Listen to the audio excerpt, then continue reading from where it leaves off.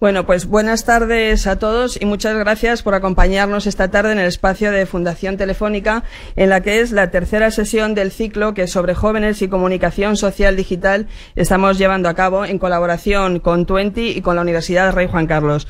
Aprovecho también la oportunidad para saludar a todos aquellos internautas que nos están siguiendo a través de streaming. Mi nombre es Rosa María Sainz y soy gerente de gestión del conocimiento en Fundación Telefónica.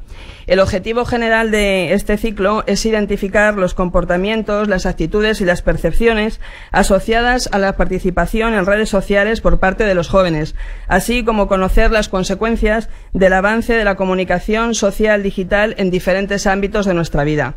En las dos sesiones anteriores, a las que muchos de vosotros habéis asistido, hemos tratado aspectos como la privacidad y la movilidad relacionadas con las redes sociales, así como el papel que dichas redes desempeñan en el ámbito empresarial. Lo que queremos hacer en esta tercera sesión es ofrecer otra amplia perspectiva de este campo de la comunicación digital. Queremos analizar cómo las redes sociales han sido también las responsables de los cambios sustanciales en el modo de proceder tradicional de los propios medios de comunicación. Y es que los medios también han caído en las redes.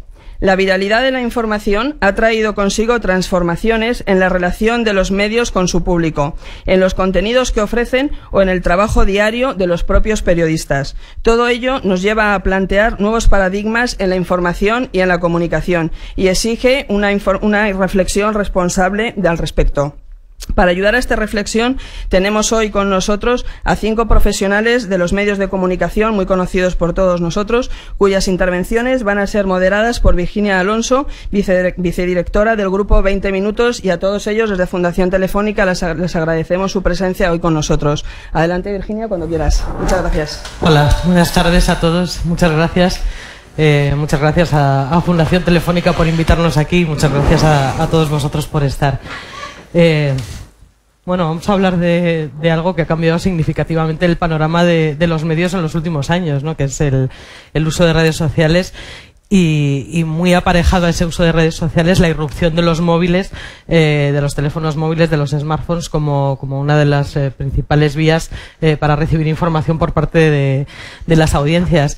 En la irrupción de las redes sociales nos ha cambiado el paso a los periodistas casi sin darnos cuenta, ¿no? Muchos se quisieron revelar al principio, ahora ya no hay quien se revele, porque es una realidad que se ha impuesto, y si queremos hacerlo bien tenemos que estar ahí, ¿no? Sea en el ámbito que sea, o sea en el ámbito de la información más dura, o sea, digamos de actualidad pura y dura, o sea en el ámbito del entretenimiento, que tenemos aquí un par de ejemplos también de cómo lo están haciendo fantásticamente bien. Yo creo que lo mejor es que ellos empiecen a contarnos sus experiencias. La idea es que nos hablen de cómo están utilizando las redes, cómo se están acercando a sus audiencias de esta nueva manera en cada uno de sus programas o de sus medios de comunicación. Y la primera en hacerlo va a ser María Casas, que es la directora de comunicación de 7 y Acción, que es la productora del Hormiguero, que es un ejemplo de gestión online, porque las redes sociales, que además las gestiona ella, son las más seguidas, creo, ¿no? de la televisión en España. Bueno, tienen más de 3 millones de seguidores en Twitter, en Facebook, en Twenty, etcétera. Un canal oficial en Line, que es una cosa que llama especialmente la atención, con 900.000 usuarios, y tienen una forma de acercarse al público bastante especial. Así que, María, cuéntanos. Hola a todos. Yo he traído presentación, he hecho trampa, pero es que el Hormiguero es muy visual. Cuando se pusieron en contacto con nosotros para hacer esta charla, nos dieron como punto de partida una pregunta: ¿qué supuso la irrupción de las redes sociales en nuestro mundo? Periodístico, televisivo, radiofónico. Pero yo, más que la irrupción de las redes sociales en nuestro mundo, a ver si me deja pasarla. María, apunta allí, a ver. Ahora, más que la irrupción de las redes sociales, fue la irrupción del contenido, del consumo online. El consumo online y multiplataforma, como decía Virginia. De repente ya podía consumirse nuestro producto, nuestro programa, en cualquier lugar del mundo, a cualquier hora, a cualquier edad. Esto nos obligó a un cambio de mentalidad. ¿Seguimos con las mismas? Ahí. Nos obligó a un cambio de mentalidad. Internet estaba aquí y había que ponerse las pilas rápidamente y había que adaptarse técnica e ideológicamente. Por ejemplo, El Hormiguero es un programa que se emite de lunes a jueves de 9:45 a 10:30 y por lo tanto no es un programa infantil ni está catalogado como programa infantil, que no os lo digo yo, solucionádmelo. Ay, perdón, os lo dicen ellos. El tema es que sabemos que hoy en día esto se puede consumir con 5 años, porque si fuese por ellos irían sin bañador, también os lo digo. Entonces, sabemos que hoy en día hay una frontera muy difusa entre el consumo infantil y familiar y lo que no lo es. Pero aún así, fuera de toda broma, tuvimos que hacer un cambio ideológico y corriendo subirnos a ese contenido online. Y, por supuesto, moderándonos más que ella. El Hormiguero tiene sus propios canales de consumo online. Ahora sí. Que son la web de antena3.com/El Hormiguero. Si puedo, lo haré. La web de antena3.com/El Hormiguero. Sigo, si puedo. No funciona. No. El YouTube de Antena 3, en A3 Player se puede también consumir el programa completo y también está la productora de la cadena, que tiene una web nueva y fantástica donde puedes ver los mejores momentos del día o de la temporada. Por supuesto, aparte de ese consumo literal online, las grandes protagonistas del consumo online de cualquier edad, en cualquier lugar del mundo, son las redes sociales. En El Hormiguero, las redes sociales tienen mucha importancia y mucho peso. Ya está, María. Ah, vale. Mucha importancia y mucho peso. Como veis, entre Twitter, Facebook, Twenty e Instagram, por ejemplo, sumamos más de 3 millones de usuarios. Eso es una audiencia social añadida, es una responsabilidad. De hecho, las redes sociales se atienden casi más... ¿Ya? Gracias. Las redes sociales se atienden casi más que el programa, porque se atienden de lunes a domingo, todas las semanas del año, todos los días del año, vacaciones, verano, navidades, que es un incordio, pero tiene su contraprestación.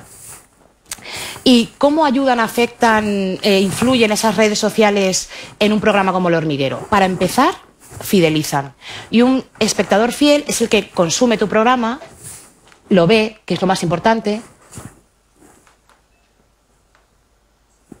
Ahora sí. Tú aportas información a ese usuario añadida, que es lo que hace que esté ahí en redes sociales y no vea solo la televisión. Le puedes contar anécdotas, puedes poner fotos tontas como una radiografía de Barrancas, fotos de ensayo, por supuesto se comenta en directo, interactuando. Puedes incluso hacer promociones exclusivas para la gente de redes con su premio, que eso fideliza y hace que la gente se forme parte del programa. O simplemente dar cierta información de servicio. ¿Quién viene a divertirse hoy? Que hoy no viene Melendi viene el lunes. Si puedes hacer un chascarrillo, mejor, porque el humor y la información combinan muy bien. O a qué hora empieza el programa. Esta es una información muy útil para el usuario de redes, pero más útil va a ser para ti si consigues que eso hace que cambie de canal y consuma tu programa. Está claro que es recíproco. Te da un contenido añadido en directo o durante el día de la emisión, pero también un contenido añadido en diferido. Porque si tú consumes ese programa un mes después, tú puedes ver lo que se comentó con ese hashtag hace un mes. Incluso lo que comentaron sus protagonistas, que eso muchas veces acerca al espectador, si es fan de alguien, ver lo que él opina. Por ejemplo, tenemos el caso de 2 personas que lo hacen fantásticamente, como son Jordi Évole y Ana Pastor, que comentan en su propio programa, al ser un programa que está grabado previamente. También es el caso de Peliculeros, que es otro de los programas de nuestra productora, que se emite los domingos y como es un programa que se graba en la productora los viernes, ellos mismos, los 3 protagonistas, que son Juan, Damián y Marron, Juan y Damián son las hormigas, Trancas y Barrancas, pues lo comentan en sus redes sociales. Si Trancas y Barrancas son como son, Juan y Damián son como son, con lo cual sus redes sociales son francamente divertidas. Y por supuesto, ahora sí se ha vuelto loco el tema. Volvamos. Mira, ya, calma, que vuelve. A ver. Bueno, os lo voy a hacer sin presentación al final. Me han acusado de tramposa. Vale, aquí, vamos. No, va antes.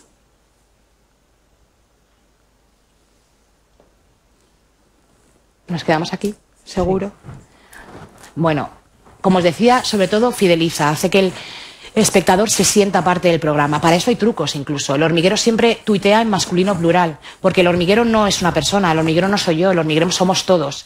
Ese espectador fan va a consumir más tu producto, incluso a defenderlo, o al menos a no criticarlo tanto.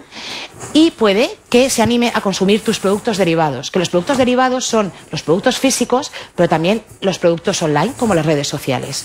Pero no os preocupéis que no os voy a vender nada. Y por supuesto, las redes sociales también funcionan como un test en directo. Tú puedes ver qué sección está funcionando mejor, qué colaborador, si algo ha herido los sentimientos de alguien.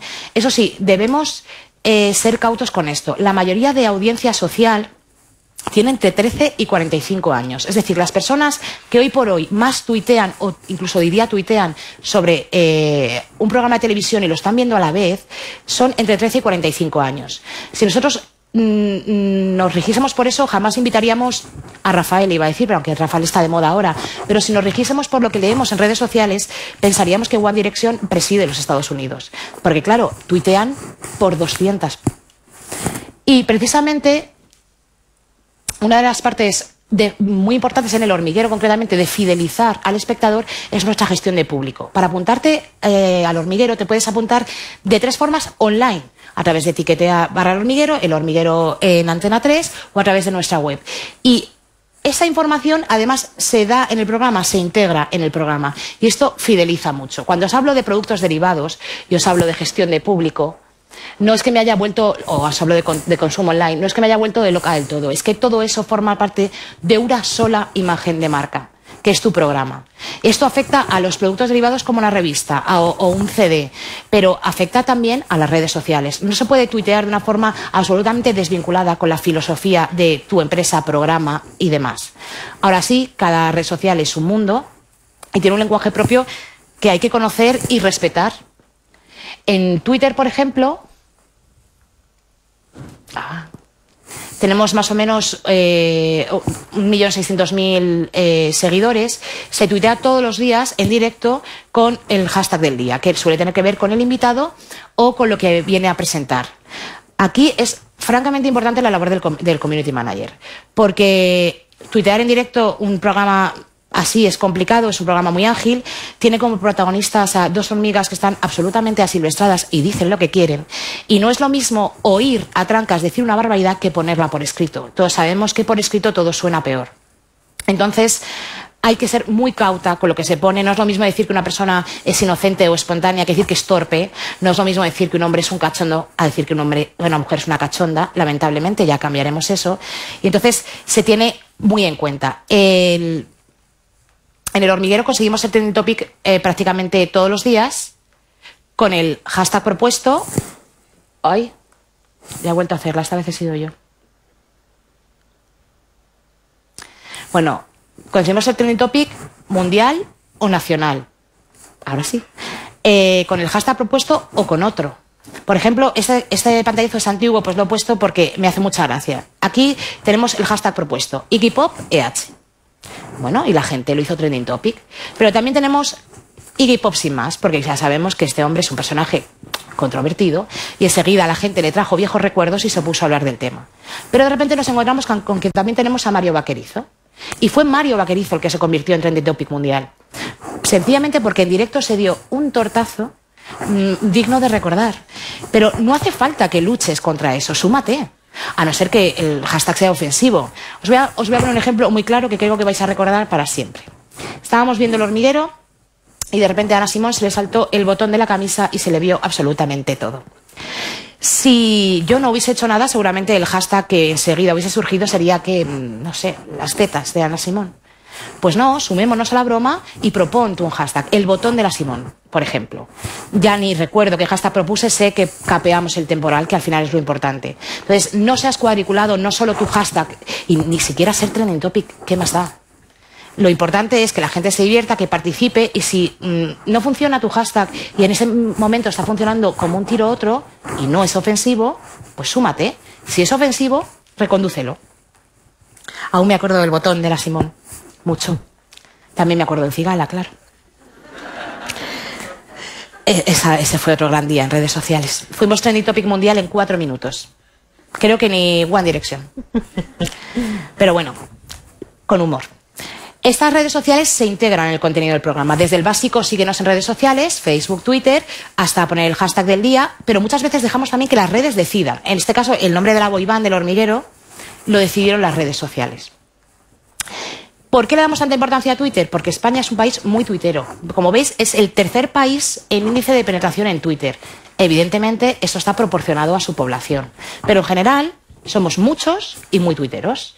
Y además, Twitter tiene herramientas de medición gratuitas que nos ofrecen mucha información añadida, como es, por ejemplo, Tuitele, que no trabajo para ellos, no estoy haciendo publicidad, pero es que nos proporciona en directo qué personas están tuiteando sobre tele, qué personas están tuiteando sobre tele y sobre nuestro programa y sobre otros. Es una audiencia social y es muy útil. Ahora, tenemos que tener, os he puesto esta pantallazo para que veáis las puñetas que me hace el fútbol. Cuando hay fútbol es una remar y remar, porque el fútbol es comentadísimo en redes sociales. De hecho, antes Tuitele, al principio del todo, a los viejos tecnológicos, antes Tuitele no incluía los programas deportivos. Ahora sí, y se llevan toda la audiencia, claro. Pues lo que os decía es que hay que tener cuidado. Esta información es útil, pero tenemos que salir de las redes. Hay mundo más allá. Hay programas que son más controvertidos, más o simplemente más proclives a ser comentados en redes. Por ejemplo, si tú tienes Saber y Ganar y tienes a Adán y Eva, creo que es mucho más probable que comentes a Adán y Eva en redes sociales. Podía haber escogido una foto de Adán y Eva, pero me ha parecido más adecuada una de Jordi Hurtado. Os voy a dar un dato. Nielsen y Twitter se unieron a finales de 2012 para hacer un estudio y cogieron los 10 programas más vistos en Estados Unidos y los 10 programas más comentados en redes sociales. Los unieron. Y solo había uno que coincidía en las dos listas. Ahora me encantaría decir, y era El Hormiguero, pero no, evidentemente, era La Voz. Pero de 10 programas más vistos y 10 programas más consumidos, era el único que coincidía. Esto básicamente es Twitter, y luego pasamos a Facebook, de la que yo estoy enamorada directamente, comparada con otras redes sociales, claro. También tengo vida más fuera de las redes. En Facebook tenemos más o menos 1 millón de usuarios, de seguidores. Acabamos de superarlo hace poco. En Facebook se contestan todos los días todos los mensajes que se reciben por privado. Bueno, todos los mensajes que se entienden y se reciben por privado, porque la gente ha decidido omitir las consonantes en sus comunicaciones y es muy complicado de entender. Pero lo que se entiende, se contesta. Y para eso es un ejemplo de moderación, porque Facebook te permite recibir mensajes de todo Facebook, recibir mensajes solo de los que te siguen, recibir mensajes solo de los que tú sigues, o no recibir mensajes de nadie. Y estas posibilidades de moderación, que por ejemplo no existen tanto en Twitter. En Twitter nosotros interactuamos por DM, pero claro, ellos no nos pueden contestar. No interactuamos de otra manera, primero porque son 1,5 millones, sería imposible, y segundo porque la mayoría de preguntas son muy repetitivas. Entonces la gente no podría ni seguir lo que estamos escribiendo. Entonces contestamos por DM, pero menos que en Facebook. En Facebook atendemos todas las solicitudes. Pues estas facilidades de moderación las tiene Facebook en otras muchas cosas. Por ejemplo, si vosotros ponéis un comentario en Facebook que es todo en mayúsculas, a mí directamente no me aparece. Si ponéis un comentario en el que incluyen ciertas palabras como coño o puta, como las tengo registradas, no aparecen. Evidentemente se me escapan. Hay insultos que incluso desconozco, pero incluso si se me escapan y aparecen, hay una posibilidad de moderación que es o elimino ese comentario, si es una publicidad, por ejemplo, o lo oculto. Es decir, si es un insulto que no aporta ninguna información, porque hay libertad de expresión y dejo cosas que no debería dejar, pero si es un insulto que no aporta ninguna información o que simplemente se está metiendo con un aspecto físico de alguien del programa, yo lo oculto y la persona que lo ha escrito lo sigue leyendo y sus amigos también, pero nadie más de los que me siguen. Como hablamos de 1 millón de personas, igual el que lo sigue leyendo y sus amigos son 10, pero otro 1.017.000 no lo lee. Entonces, esas posibilidades hacen que Facebook sea una red social muy agradecida, porque además en general es menos agresiva, porque la gente es un pelín más mayor que en Twitter y hay más mujeres. Ahí lo dejo. Y también es muy agradecida porque el alcance de tus publicaciones supera muy a menudo el alcance de tus propios seguidores. Twenty es una red social muy divertida, muy dinámica, pero que tiene un target demasiado concreto para mi gusto. Me van a pegar por aquí.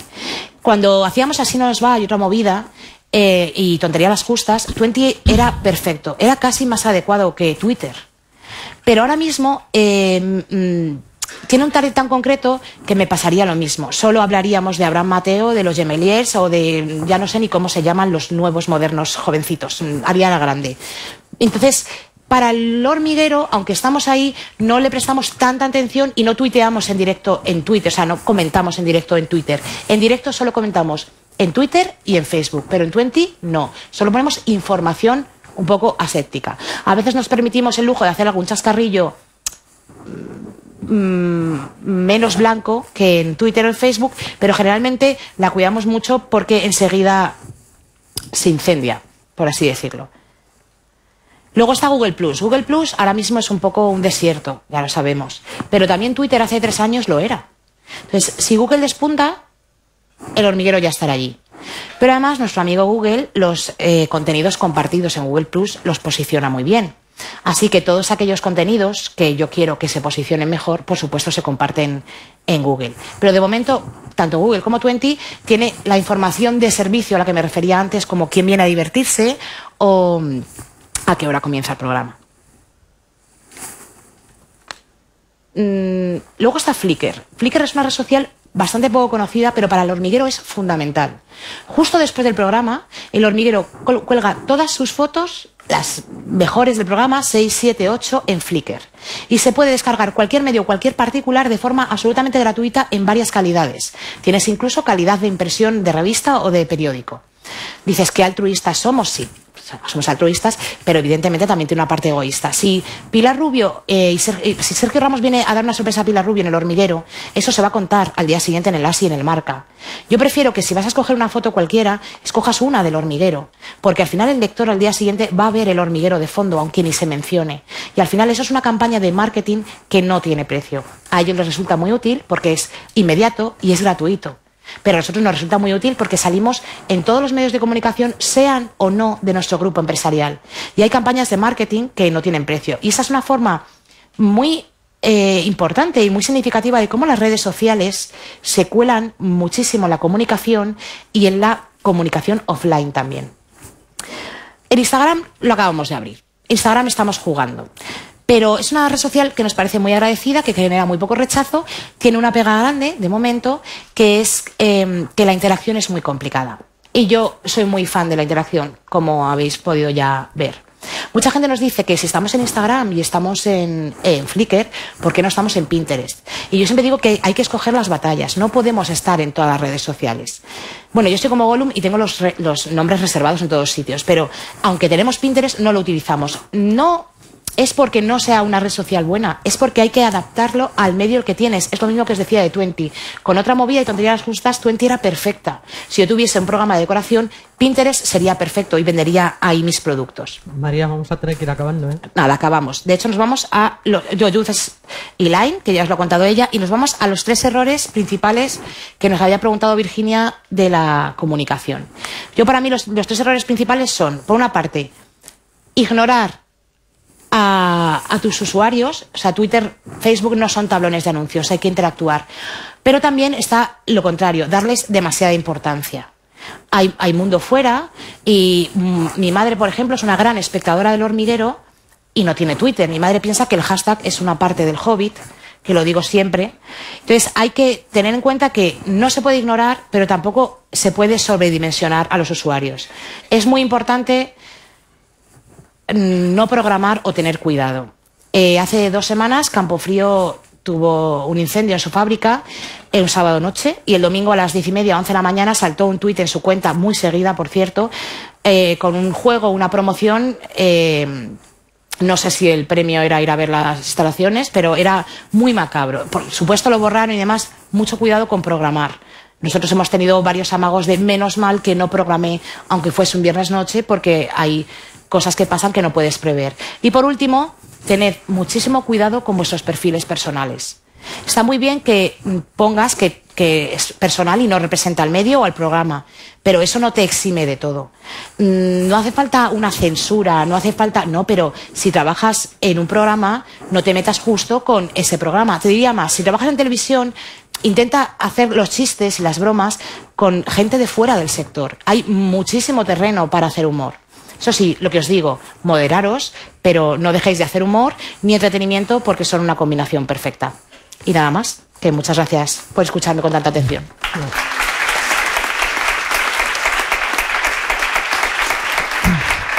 Muchas gracias, María. Luego, al final de las exposiciones, podéis plantear todas las preguntas que queráis.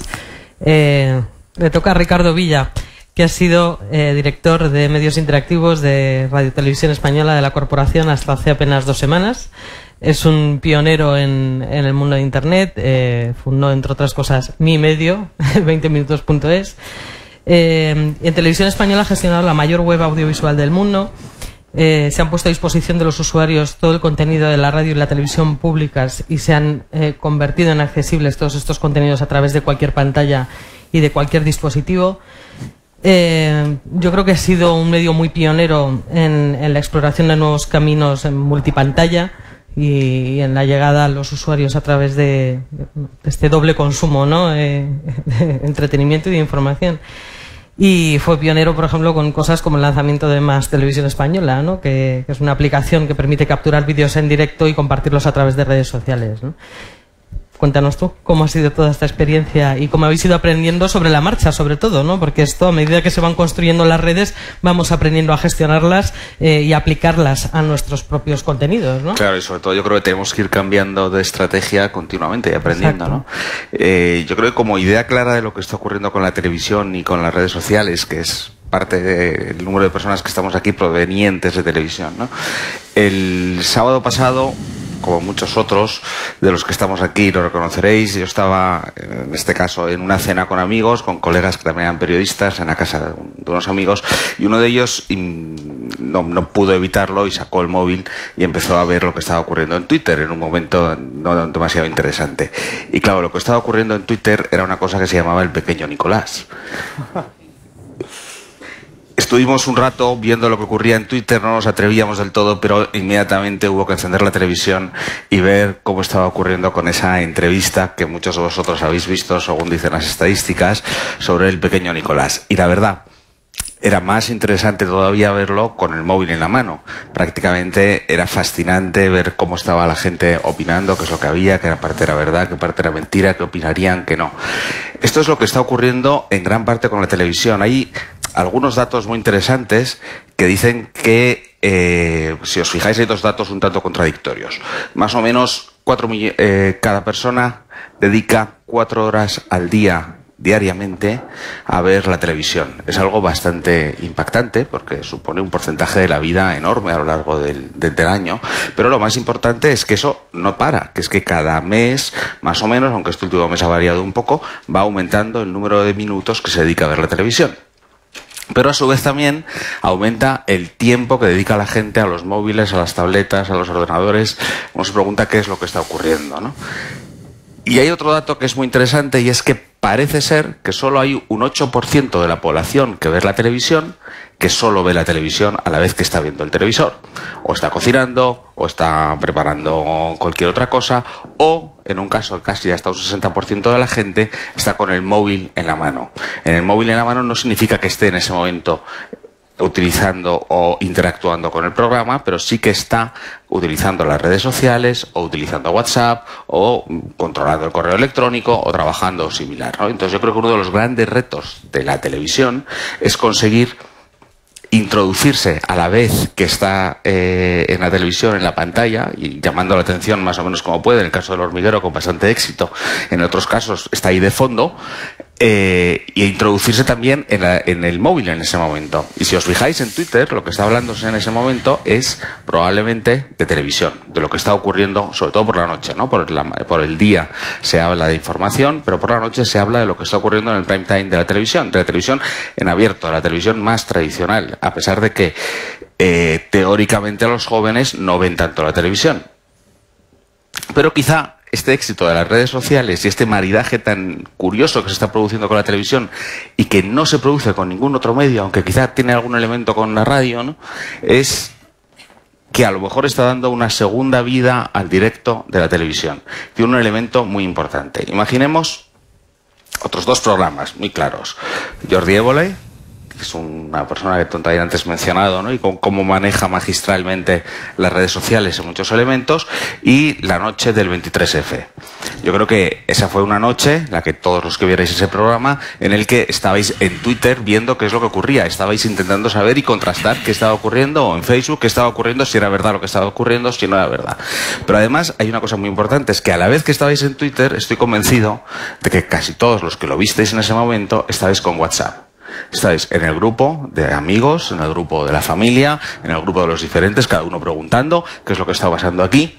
Y WhatsApp es quizá esa gran red social oculta en la que ninguno de los medios aquí presentes tenemos mucho que decir, pero sí WhatsApp tiene mucho que decir sobre nosotros, porque está ocurriendo continuamente, que se está produciendo, ¿no? Hay algunos pequeños intentos de interactuar con WhatsApp de alguna manera. WhatsApp está muy cerrado, no quiere convertirse en ese proceso, pero yo creo que es el nuevo evento que se va a ver en muy breve, y hay algunos elementos. Imaginaros que hubiera sido la verdadera noche del 23F, la verdaderamente terrible, si hubiera habido redes sociales en ese momento, ¿no? Hubiera sido de una forma muy, muy distinta. Aquella noche de los transistores, que pocos de los que están aquí vivieron, o yo era muy pequeño, pero hubiera sido muy, muy, muy diferente. Probablemente la gente hubiera salido a la calle de una forma muy diferente a cómo se produjo. Seguro que lo que ocurrió esa noche hubiera sido distinto, ¿no? Y eso es algo que nos puede hacer meditar sobre qué está ocurriendo también con la realidad de los medios, con la realidad de la sociedad. Y otro programa, que este es el caso de los que estamos haciendo con Televisión Española, ¿no? Por poner otro ejemplo, que es Eurovisión. Programa pues más viejo, más rancio y de más éxito cada vez, que se emite todos los mayos y que sigue siendo un hit absoluto entre gente joven que se va incorporando permanentemente. Y es un ejemplo de programa que vive una noche al año en la televisión y vive el resto del año en las redes sociales. Y hay algunos elementos muy, muy, muy, muy interesantes de cómo sirve para rejuvenecer un programa de forma continua. Hablabas antes de Facebook, ¿no? Facebook se está convirtiendo además en un punto esencial, algunas pequeñas trampas o no, pero que está haciendo de consumo de vídeo. Datos que ofrecen ellos mismos sobre cómo han superado por primera vez a YouTube en el número de vídeos que se ven. Es verdad que como están en autoplay, os habéis fijado ahora, ¿no? En un pequeño cambio en el que ahora te lo ponen ahí, te lo enganchan y quieras o no, lo ves. Pero lo cierto es que ahora mismo se inician más vídeos, no sé, me parece que el dato es del último mes, en Facebook que en YouTube, lo cual supone también otro cambio de comportamiento que se está produciendo y que desde las televisiones tenéis también que aprender a ir manejando, ¿no? Y yo creo que como resumen es el móvil se convierte también con la televisión en un punto esencial para decidir qué es lo que vas a ver cada noche. Luego todo ese proceso de redes sociales es muy importante para esa relación con la televisión. Y el nuevo reto es saber con WhatsApp, ¿no? Digo por añadir un elemento distinto, cómo se puede interactuar o cómo se puede procesar. A lo mejor no se puede, a lo mejor hay algunos elementos que sí. Y otro dato interesante, cuando vas a una convención de gente de televisión, se habla de forma obsesiva sobre Internet, de una forma obsesiva, con una sensación continua de que se acabó esto, ¿no? A pesar de que ven datos que sí o no, pero que esto se acabó ya la esta. Pero cuando vas a un sitio en el que lo que se habla es de Internet, de lo que se habla de forma obsesiva es de televisión. Luego, algo está ocurriendo muy interesante, y si vemos la salida a bolsa de Twitter, yo fui periodista económico durante un tiempo en otra vida, y entonces todavía miro estas cosas con cierto interés. Si ves la salida a bolsa de Twitter y el tocho que manda, ¿no?, a los medios, extraordinario, dedica un porcentaje inmenso de sus páginas de la salida a bolsa, ¿no?, de su prospecto, a hablar de televisión. O algo será, ¿no? Muy bien, gracias, Ricardo. Uri Sabat, ¿qué tal? Muy bien. Bueno, Uri desde septiembre de 2013 dirige y presenta en los 40 principales No Te Cortes, un programa fresquito, por decirlo de alguna forma. Sí, de viajes. Lo hace junto a Daniela Blume, Víctor Cortés, y bueno, y ahora han incorporado en esta segunda temporada a Venus y a Alison Rey. Anteriormente estaba en Europa FM, que yo creo que ha sido uno de los ejemplos de hacer radio de una manera distinta y sobre todo de construirse a sí mismos a partir de redes sociales, y tú estabas ahí cuando esto ocurrió, ¿no? Yo sigo algunas de vuestras cuentas y las calificaría casi como hiperactivas, ¿no? O sea, hay como una hiperactividad y constante, ¿no? Una risa permanente y mucho sentido del humor, mucha interacción con los usuarios. ¿Encuentras paralelismos con lo que han estado contando María y Ricardo, o la radio es otro mundo? No, totalmente, porque, bueno, los medios de comunicación, en mi caso la radio, nosotros utilizamos nuestras cuentas de redes sociales para promocionar, pero también para establecer una conversación continua con la gente, ¿no? Nosotros vemos que la unidireccionalidad del mensaje hasta ahora de los medios de comunicación, en la que nosotros emitíamos un mensaje, un programa, lo que fuera, ahora se ha cambiado, ¿no? Ahora tenemos un momento con las redes sociales en el que cada uno, todo el mundo desde su móvil, puede decirnos si les gusta o no. No tenemos que esperar a mañana, podemos saberlo al minuto, al instante. Evidentemente no tenemos que guiarnos siempre por lo que dicen las redes sociales, porque no es todo el mundo el que está escuchando el programa o el que está viendo el programa, pero sí que es un indicador, ¿no? A mí me gustaría saber un poco, de aquí vosotros, ¿cuántos tenéis Twitter y lo usáis? Bien. ¿Instagram? Bien. ¿Tinder o Grindr? Esto da igual, esto es para ligar, que ya sé que todos lo hacéis. Yo también. Pero realmente lo que hacen las redes sociales es que nos relacionemos de una manera diferente, ¿no? Cualquier persona en este momento puede acceder a mí, a cualquiera de nosotros, a Enrique Iglesias, a One Direction, a quien quiera, ¿no? Y esto es así, porque nosotros trabajamos con estos perfiles de artistas y vemos realmente cómo lo gestionan ellos. Nosotros en 40 Principales manejamos una audiencia social de unos 2 millones de personas, solo aquí en España. Aparte en Latinoamérica, pues la cosa se multiplica por millones. Y muchas veces lo que encontramos es que es muy difícil sacar algo bueno de ahí. Cuando digo sacar algo bueno es que muchas veces lo que nos pasa es que tenemos demasiada información, tenemos un flujo de gente, supongo que en el hormiguero pues también lo podéis vivir, brutal, ¿no? Y es difícil sacar algo bueno, ¿no? Como mensaje. Nosotros, por ejemplo, tenemos unos casos concretos durante el año. Uno de ellos son los Premios 40. En Premios 40 vienen artistas internacionales top, número 1. Y nosotros establecemos una interacción con ellos. Siempre somos trending topic, mundial. La base de fans de esta gente son gente muy joven, gente que utiliza mucho las redes sociales y que no para de tuitear durante todo el día. Y esto hace que muchas veces no puedas gestionar tanta información. El volumen de información es tal que no puedes gestionarlo. Nosotros intentamos, desde la radio, en este caso desde 40, establecer una conversación continua durante todo el día, que nosotros vayamos contando lo que está pasando en nuestra emisora. Pero no solo ahí, sino en nuestra forma de ver la vida, ¿no?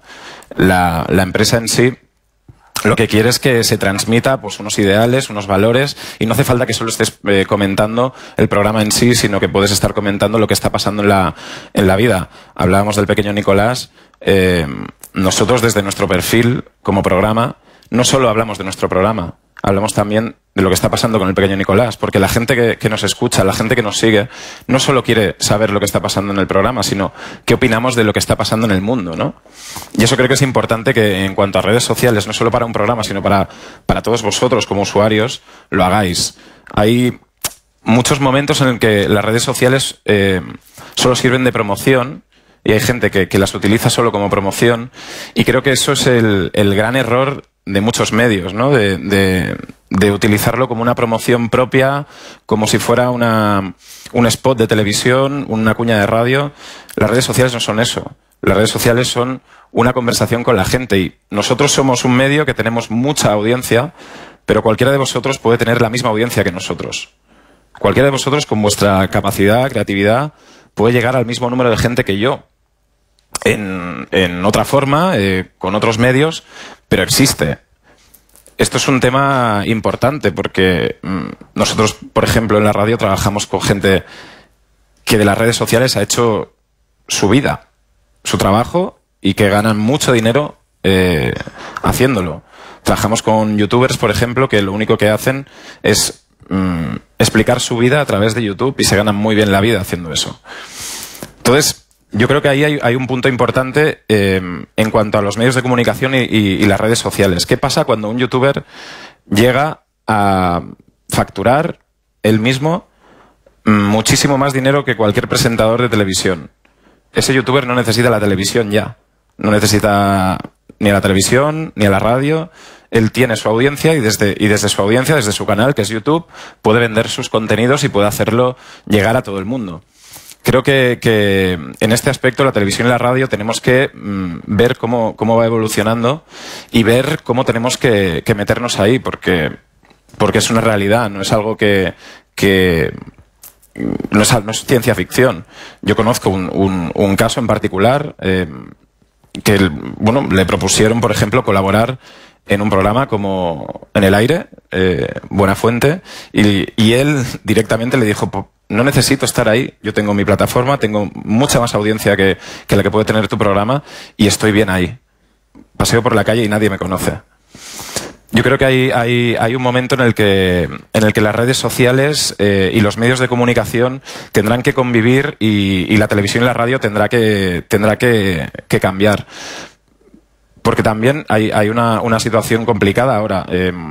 Nosotros en 40 o en cualquier medio de comunicación hay la pregunta que es: ¿cómo se rentabiliza el espacio social? Es decir, ¿cómo saco dinero de Twitter o cómo saco dinero de las redes sociales? No sabemos por qué, pero yo cada día le hago una cuña perfecta a Twitter. Yo estoy todo el rato mencionando en mi programa Twitter. Si menciono cualquier otra marca o cualquier otro producto, esa marca y ese producto pagan. Twitter no. Twitter está ahí y yo lo voy haciendo grande y todos lo vamos haciendo grande porque creemos que tenemos que estar ahí arriba de todo, ¿no? Entonces creo que ahí se tienen que también establecer formas de comerciales para hacer, ¿no? que toda esa audiencia pues sea rentable, o para hacer algo para que las empresas lo vean así. Y hablando también de gente o de figuras con las que yo trabajo, artistas, cantantes, gente pues que tiene muchos seguidores, hay cosas que no se pueden hacer, como David Bisbal en muchos momentos, ¿no? Tuitear cosas que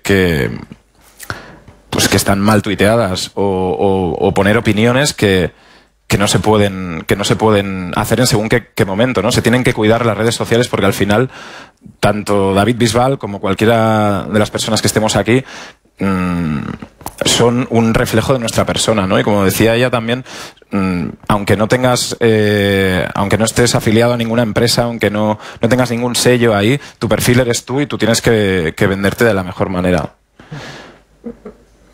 Yo creo que cada uno sabe a quién tiene que ir, los mensajes que tiene que dar, y en cuanto a nuestro caso, la radio, yo creo que como medio es uno de los que mejor se está adaptando a todo el tema de las redes sociales. Tú puedes estar escuchando la radio y tuiteando.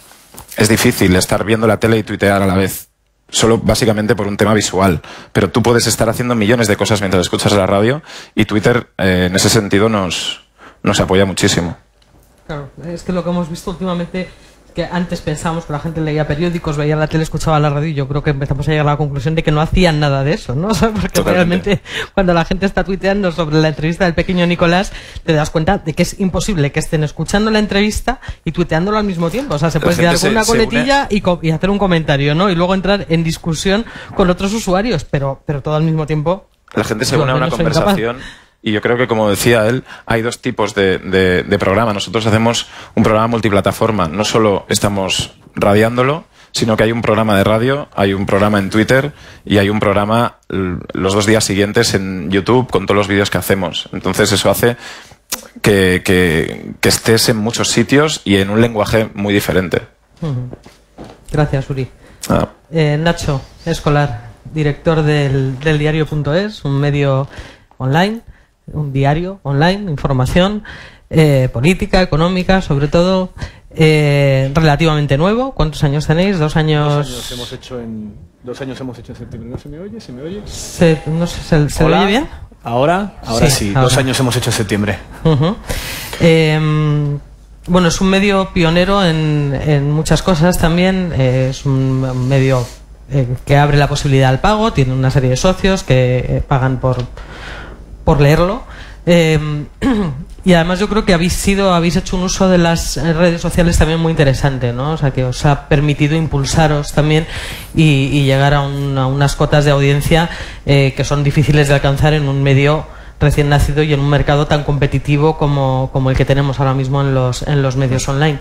Cuéntanos un poquito cómo lo habéis hecho. Sí, yo creo que es uno de los secretos. Si lo reducimos mucho hasta la caricatura, el diario.es es un medio que nace y aparece a partir de un blog y de una cuenta de Twitter que era todos los activos que existían al principio cuando lo montamos. Mi blog personal, escolar.net, mi cuenta de Twitter, @iescolar. Y es llevarlo muy al absurdo, pero sí es cierto que no hay, yo creo que ningún medio de nuestro tamaño que sea un medio nativo digital que haya conseguido esas audiencias gastándose 0 euros en campañas publicitarias, sin invertir un solo euro en darnos a conocer y utilizando las redes sociales y la propia capacidad de Internet para propagar la información a través de círculos para poder llegar a muchísima gente en muy poco tiempo, ¿no? Yo creo que si un marciano llegase a la Tierra, bueno, un marciano no, un antepasado nuestro de hace 20 años, 30 años, de repente viajase en el tiempo y llegase a hoy, conocería la tele, sabría distinguir una tele de lo que él entendía que era una tele, entendería que es la radio, sabría cómo funciona, el dial, el volumen, pero le dirían que el periódico es esto y no se lo creería, ¿no? Diría, no, este periódico no es un periódico es una cosa que va en papel, que vas pasando páginas y que no puede ser algo que lees en el móvil o lees en la tableta. Y yo creo que de todos los medios de comunicación, la radio, la prensa, la televisión, el medio que más se ha transformado con la tecnología es la prensa escrita. La prensa escrita y no la prensa impresa, porque yo creo que hoy cada vez tiene menos sentido diferenciar entre prensa escrita y prensa impresa. Todos los diarios que podéis nombrar, salvo tal vez el diario médico, no sé, pero todos los que vosotros consideráis un diario tienen más audiencia en Internet que en papel, absolutamente todos. Y a pesar de que la gente cuando piensa en periódicos sigue pensando en el papel, la realidad es que lee periódicos digitales y que dentro de muy poco tiempo, no me atrevo a hacer un pronóstico así dentro de 3 años por la mañana, pero sí que es seguro que el papel va a desaparecer, porque a diferencia de la radio y de la televisión, tú no puedes leer el periódico mientras te duchas, pero puedes estar perfectamente duchándote y escuchando la radio. O tú no puedes ver vídeo en el papel, pero sí que puedes encontrar en el papel o en la prensa escrita una información de antes de ayer con más facilidad de lo que lo puedes hacer en la televisión. En cambio, absolutamente todo lo que hace el papel, todo, lo hace Internet mejor y más barato. Hasta ahora la última ventaja era que se leía mejor con luz solar el papel que los dispositivos móviles, pero eso ya últimamente empieza a ni siquiera ser una ventaja porque ya no hasta las últimas pantallas son capaces de romperlo, ¿no?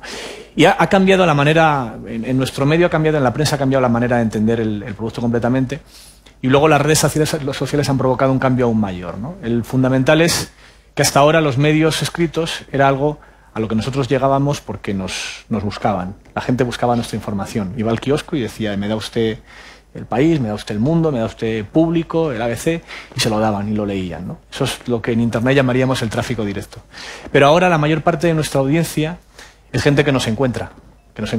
En nuestro caso, el principal origen de la audiencia es redes sociales. Hay más gente que llega a nuestras noticias por las redes sociales que por nuestra portada.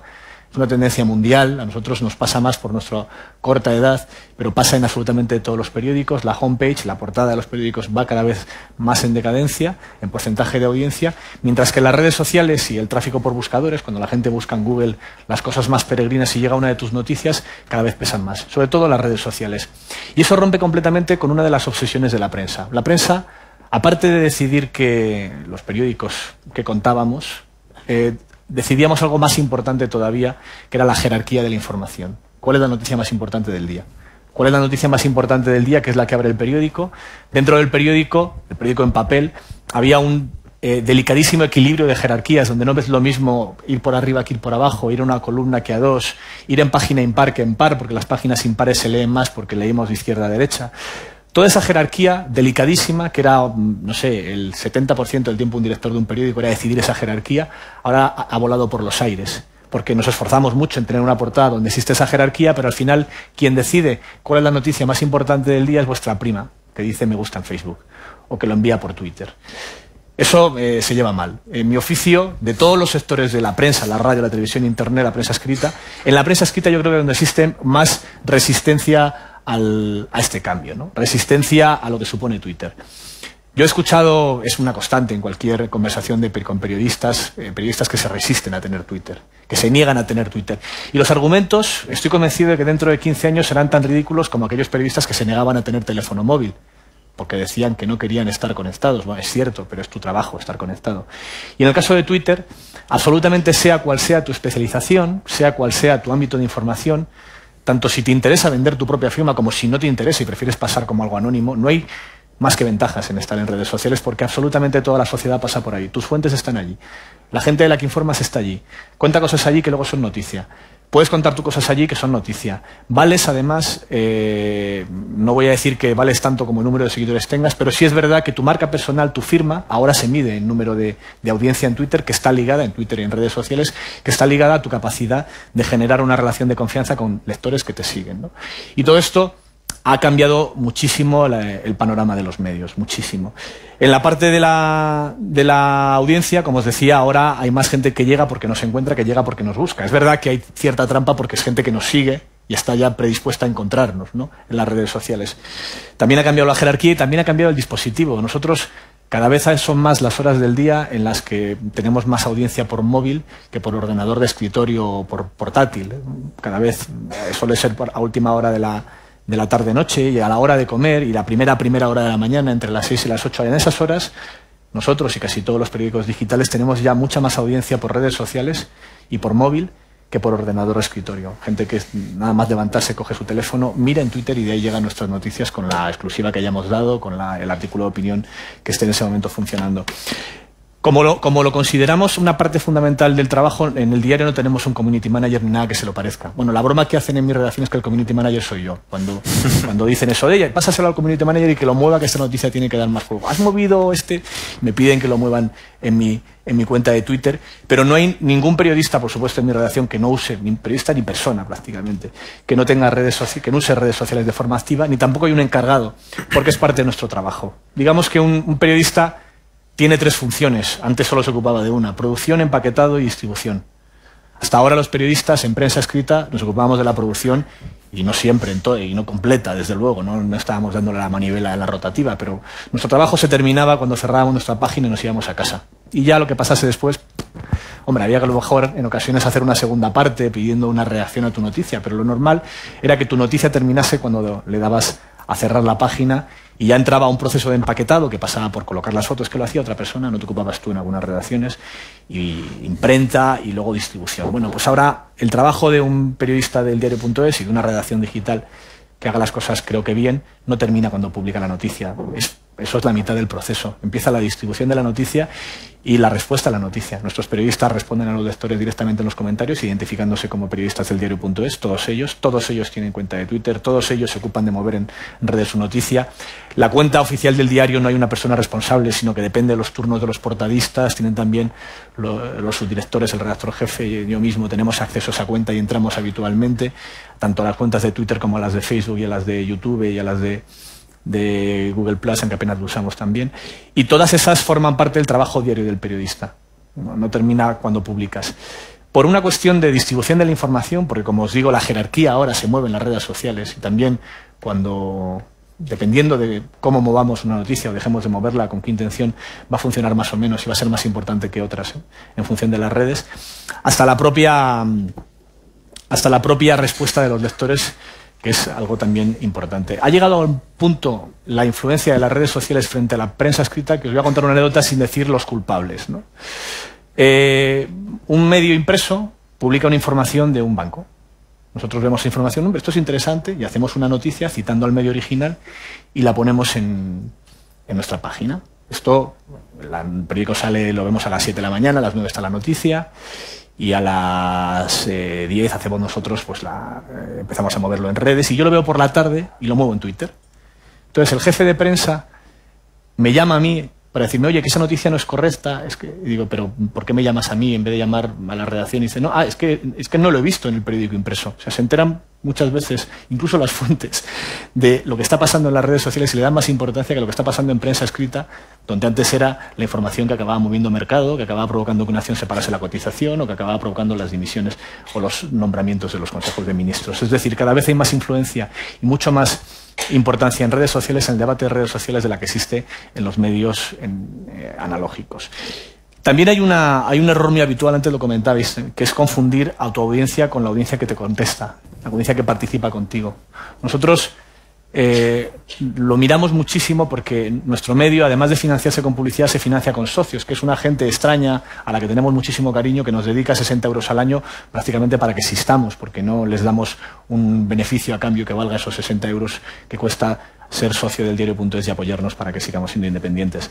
Y esa gente es gente muy activa, es gente que, como ha pagado, se considera con razón dueña del medio y que nos exige mucho y nos cuestiona mucho, nos pide que rectifiquemos cuando nos equivocamos, nos fiscaliza, nos dice esto lo habéis dado mal, esto lo tenéis que contar, y está muy encima de nosotros. Pero al mismo tiempo tenemos que tener siempre se corre el peligro de confundir la gente que participa y te responde en las redes sociales con toda tu audiencia, porque nunca es así, ¿no? Hace poco salió un cruce, lo publicamos en el diario, de votos de partidos respecto a uso de redes sociales. Y salían datos curiosísimos. Por ejemplo, el 50% de los votantes del PP y el PSOE no tienen correo electrónico. Siguen siendo la primera, segunda o tercera, dependiendo de la encuesta, fuerza política. No tienen correo electrónico. No es que no lo usen, no es que no lo tienen. Si solo votasen los votantes de los usuarios de Twitter, Podemos sería primera fuerza y Izquierda Unida la segunda del Parlamento español. Obviamente no es así, ni creo que vaya a ser así. Hay una división ya hasta política en la sociedad, entre sociedad conectada y sociedad desconectada, y dentro de la sociedad conectada entre la sociedad que usa redes sociales y la que no lo usa. Es probable que este cambio se vaya modificando, esos porcentajes, con el tiempo. También era así al principio de Internet, donde era una minoría de profesores universitarios. Pero sí que es cierto que hay una división y que pensar que la gente que comenta en redes sociales es la realidad, es la sociedad, es un absoluto error, sea cual sea el tipo de producto que hagas, sea información, sea entretenimiento. Lo que pasa es que tampoco se puede caer en el otro extremo de despreciar, ¿no? Despreciar todo esto es un mensaje también muy habitual entre periodistas veteranos que no acaban de verle la gracia a esto de las redes sociales. Esto es una multitud chillona que no tiene razón en nada y a la que no hay que hacerle caso, ¿no? Se cita mucho una frase de un director de la BBC que decía: a la audiencia hay que dar lo justo, lo contrario a lo que pide, para educarla, ¿no? Y yo creo que no hay que llegar a esos extremos y hay que respetar a tu público y a tu lector. Cuando empecé a trabajar en Internet, en Telecinco, estaba de coordinador de la web de informativos Telecinco, de los informativos de la cadena, en el año 2005, empezamos a tirar de la redacción de televisión para hacer noticias en la web, y en aquella web ya teníamos comentarios, que era la primera respuesta que tuvimos en Internet a qué pensaba el lector de nuestras noticias cuando nos leían, ¿no? Y algunos de mis compañeros periodistas de aquella redacción salían escandalizados porque descubrían con pavor que los lectores sabían más que ellos de algunos temas y que les corregían datos erróneos, que estaban mal, fechas mal puestas, detalles incorrectos en los comentarios, además con la sutileza habitual con la que la gente comenta. El clásico "no tienes ni puta idea, becario de mierda", que es lo normal en ese tipo de comentarios. Pero claro, acababan escandalizados diciendo: es que esto en la tele no me pasa, ¿no? En la tele es muy difícil. Tienes que meter la pata mucho, lo puedes lograr, pero tienes que esforzarte mucho para que un pequeño error en una información provoque que te colapsen la centralita diciendo que me pongan con el redactor de Cultura que se ha equivocado en la fecha de nacimiento de este actor. Eso en Internet provoca, primero, una lección de modestia. La primero que encuentras es que cuando te relacionas con tus lectores, cuando empiezas a trabajar en las redes sociales, cuando te dejas atravesar por la sociedad y la escuchas un poquito, te encuentras con que no eres tan listo como tú te crees y tiendes mucho más a meter la pata de lo que pensarías, ¿no? Te encuentras con que tu lector muchas veces sabe más que tú de las cosas, lo cual es en el fondo una bendición porque te permite mejorar el producto que haces y la información que haces. Yo creo que con esto voy terminando ya y vamos al debate. Pero al hilo de lo que estabas comentando justo ahora, que creo que es muy significativo, ¿no? Porque precisamente esa respuesta por parte de las audiencias, ¿no? Esa respuesta crítica, digamos, a lo que hacemos los periodistas a veces es algo bastante nuevo. Porque hasta hace unos años esa respuesta, la única vía de recepción que teníamos en los periódicos impresos al menos, eran las cartas al director. Eso es un bonsái al lado del bosque. O sea, exactamente, ¿no? Que además seleccionabas. ¿Perdona? Que además se seleccionaban. Sí, exactamente, se seleccionaban, ¿no? O se escribían. O sea, esto subyace un poco de lo que habéis comentado cada uno de vosotros, pero yo creo que es un tema interesante para charlar un ratito, ¿no? O sea, y es como la entrada de Internet y sobre todo las redes sociales han roto esa unidireccionalidad de los medios con las audiencias y nos han llevado a hablar con ellos cara a cara y además nos obligan a dar una respuesta y una respuesta rápida, acertada, eficaz y razonable, o sea, lo cual no siempre es fácil, ¿no? Porque no todos los periodistas estamos preparados o nos han preparado tampoco para estar relacionándonos de esa manera y de esa manera tan continua con nuestra audiencia, ¿no? Y al final es nuestra marca la que peligra, digamos, en las redes, ¿no? O sea, con este tipo de cosas. ¿Cómo gestionáis vosotros todo esto en el día a día? María, por ejemplo. Hombre, en mi caso personal, yo ahora pienso en el feedback y me parece natural, pero pienso cuando trabajaba en la cadena SER, en local, además, en Madrid, y me imagino que hubiese habido esta interacción inmediata con la gente de la calle y hubiese sido una locura, y ahora mismo lo pienso en pasado y digo, no sería capaz. Si soy capaz ahora que recibo muchas más acciones, ¿no? Pero es verdad que me parece fundamental una cosa que ha dicho Nacho, y es esta cura de humildad nos viene estupendamente. Nos viene estupendamente. A ver, también hay gente que pierde muchas las maneras, las formas y demás, pero si no hay un flujo de información demasiado grande como para no ver que eso pasa, que lo ha dicho Uri también, si no te pasa eso y puedes seleccionar ciertas personas también, en esa marabunta hay personas que te pueden aportar muchísimo, bien sea con información, con ideas, con su forma y sus puntos de vista, y yo creo que, claro, que es muy útil. No siempre tenemos el día ni las ganas de contestar y de contestar bien, como decías tú, que dices tú, no sé, digo yo a veces que no es que no sepas, es que no tengo ganas, porque te escriben una cosa que dices, mira, vete a tomar por saco, y no puedes. Pero cuando tú estás haciendo un programa o estás haciendo una información, ¿no? Y publicas, y te puedes equivocar porque somos humanos, ¿no? Y te viene alguien, 1, 2, 5, 10, los que sean, da igual, o sea, porque muchas veces con que sea uno es suficiente, te dice, lo que estás haciendo es una porquería. Y no te da más argumentos, ¿no? O sea, eso, no nos mintamos, o sea, genera una cierta frustración, claro, en el que está viendo esos mensajes, ¿no? Y también nos debe llevar a una reflexión de realmente es una porquería o no nos tiene que llevar a esa reflexión. ¿Qué pensáis? Es que hay veces que es una porquería. A ver, un ejemplo muy concreto, no de porquería, sino de un error, ¿no? ¿Cuál ha sido el error más grave de la prensa impresa en los últimos 2 años? La portada del País con la foto falsa de Hugo Chávez, ¿no? Una de las más grandes, ¿no? Esa portada se enteraron porque en Twitter alguien dijo, esta foto es falsa, y sale de aquí. Se enteraron por las redes sociales. Como nos enteramos todos, cada vez que cometemos un error. Porque la gran diferencia entre el error en la prensa escrita o el error en los medios donde no existía un feedback y el error en el mundo actual donde existen las redes sociales es que tu error no solo lo sabe el que lo ha descubierto, sino todo aquel al que le sigue y que lo retuitea. Con lo cual llega absolutamente todo el mundo, con lo cual más te vale no meter la cabeza en el suelo y hacer como que no pasa nada, ¿no? Porque no va a funcionar. Antes podría funcionar porque lo único que pasaba en Madrid se decía es noticia aquello que se publica en el ABC, ¿no? Decía hace 30 años. Pues hoy obviamente ya no solamente es noticia lo que se publica en los periódicos, es noticia lo que se comenta en las redes sociales también, aunque no sea eso periodismo, pero sí esa actualidad en el sentido de que tú no puedes ocultar a tus lectores, incluso a los que no se han enterado de que esa información es errónea o está mal hecha, que eso está mal, con lo cual tienes que rectificar inmediatamente. Otra cosa es que te dejes llevar por los lobbies que existen, aunque no son lobbies, o los grupos de presión, vamos a llamarlo así, porque muchas veces la inmensa mayoría de ellos no son con ámbito económico, sino simplemente es fan de lo que sea, bien sea un partido político, un grupo de música, lo que sea, que quieren hacer presión sobre los medios y que se organizan de forma más o menos casual para presionar sobre un medio, para intentar modificar en algo, ¿no? Nosotros tenemos esas constantemente, ¿no? Porque además, cuando tocas temas delicados y populares, no sé, entras a hablar de algo de Podemos o algo de IU o algo del PSOE, pues siempre habrá alguien que diga es que estáis vendidos a de Podemos, de IU, del PSOE, pues eso, o del PP, de quien sea, pero siempre encontrarás ahí un mensaje que tienes que saber tú filtrar y saber cuándo está justificado y cuándo no, ¿no? Hay que escucharlos pero no volverse loco. Al hilo de esto, en nuestro caso también nos sucede muchísimo en entretenimiento, con grupos de música, con el fenómeno fan, con todo este tema que evidentemente, por ejemplo, nosotros no podemos programar la música que la gente nos pide en Twitter.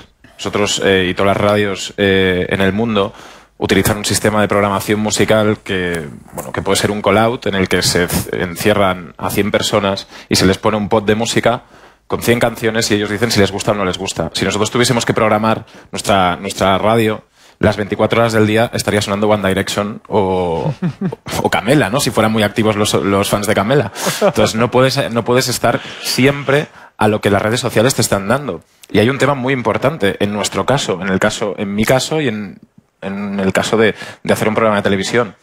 En las redacciones hay obsesión por ser trending topic, pero el hecho de ser trending topic no hace que mi programa sea líder de audiencia o no. Tú puedes tener una repercusión social brutal, tener una conversación en Twitter, en Facebook, en Instagram, donde sea brutal, pero después perder en audiencia o no tener un share que sea el mismo que el share social que tienes, ¿no?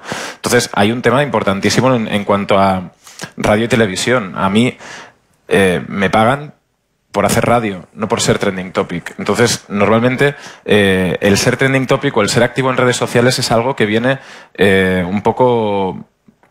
Tampoco se sabe muy bien por qué, pero desde arriba tienes que serlo, tienes que estar arriba de todo y no nos tenemos que olvidar que tu producto en sí, o sea, tienes que hacer un buen programa de televisión, un buen programa de radio y no todo el mundo que te está viendo en la televisión o todo el mundo que te está escuchando en la radio tiene móvil, tiene Twitter, tiene Facebook o se entera de nada de todo esto. Entonces, no te puede canibalizar tus contenidos las redes sociales. Tienes que saber dónde estás y dar la píldora perfecta, porque si te pasas o te quedas corto, es malo siempre.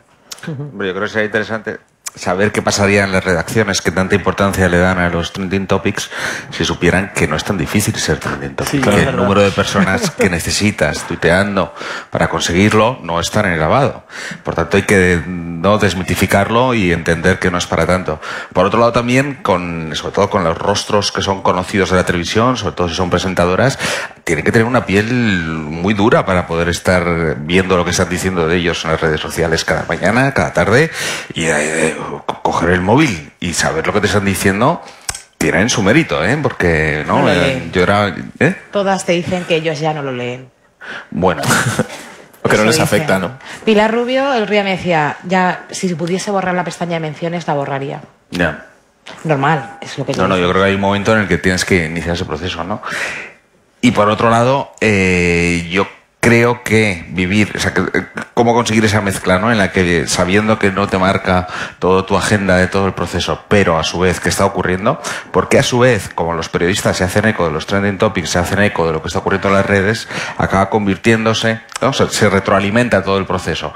Incluso la gente que no tiene redes sociales, pero lo escucha en la radio, lo escucha en la televisión o lo lee en el periódico, ¿no? O sea, se produce todo un elemento un poco parecido a lo que ocurría antes con los periódicos, que aunque han perdido mucha importancia, pero no nos olvidemos que al final tanta gente no los leía.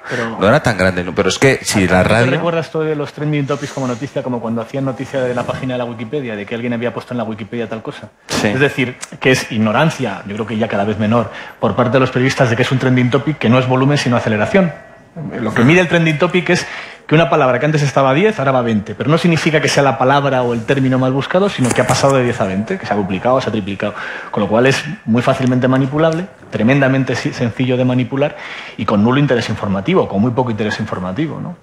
Y luego el hecho de que algo sea trending topic cuando está muy forzado, esta costumbre ahora, que tiene otra ventaja porque te permite seguir un debate compartiéndolo con más gente, de todos los programas con su hashtag y su topic para debatir, hace que casi va ligado directamente a audiencia, es un indicador adelantado de cuál va a ser la audiencia de ese programa, pero no es siempre una buena noticia, ¿no? Pues es evidente que un programa en prime time de una cadena potente pues va a tener muchísima facilidad para lograr ser trending topic, pero eso no tiene por qué ser ni una bueno la conversación que se genere alrededor de ese programa, ni tampoco una noticia per se, porque hay 20 al día. Hablando de este tema, Operación Triunfo, presentado por Pilar Rubio precisamente, tuvo una gran repercusión a nivel social. Todo el mundo estaba opinando en Twitter de Operación Triunfo, pero fracasó en audiencia. Entonces, es lo que decíamos, el tema social o la conversación que puedas generar en redes sociales para nada va ligada a la audiencia que tengas. Nosotros lo vemos en el EGM, por ejemplo, ¿no? La audiencia de radio, como sabéis, se mide cada 3 meses en el EGM y podemos tener periodos de ser trending topic durante muchos días seguidos, mundiales, el primero de todos, muchísima gente hablando y eso, al final, después de 3 meses, bajas en audiencia. Pero fijaros... Sí, Ricardo. No, pero a su vez también es un lugar donde si sabes escuchar puedes encontrar cosas interesantes, sí, ¿no? Es el ejemplo, por ejemplo, de la información. Contenido. Aparte de eso, ¿no?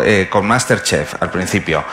Ahora es un éxito fantástico, pero algunos recordaréis que durante los 4 primeros programas no funcionó muy bien. Y era algo que no entendíamos muy bien en televisión española. Porque es una fórmula de éxito probada en todo el mundo, los personajes que estaban seleccionados eran fantásticos, los cocineros que parecía que eran los perfectos, toda la fórmula no más o menos determinada estaba hecha para que funcionara.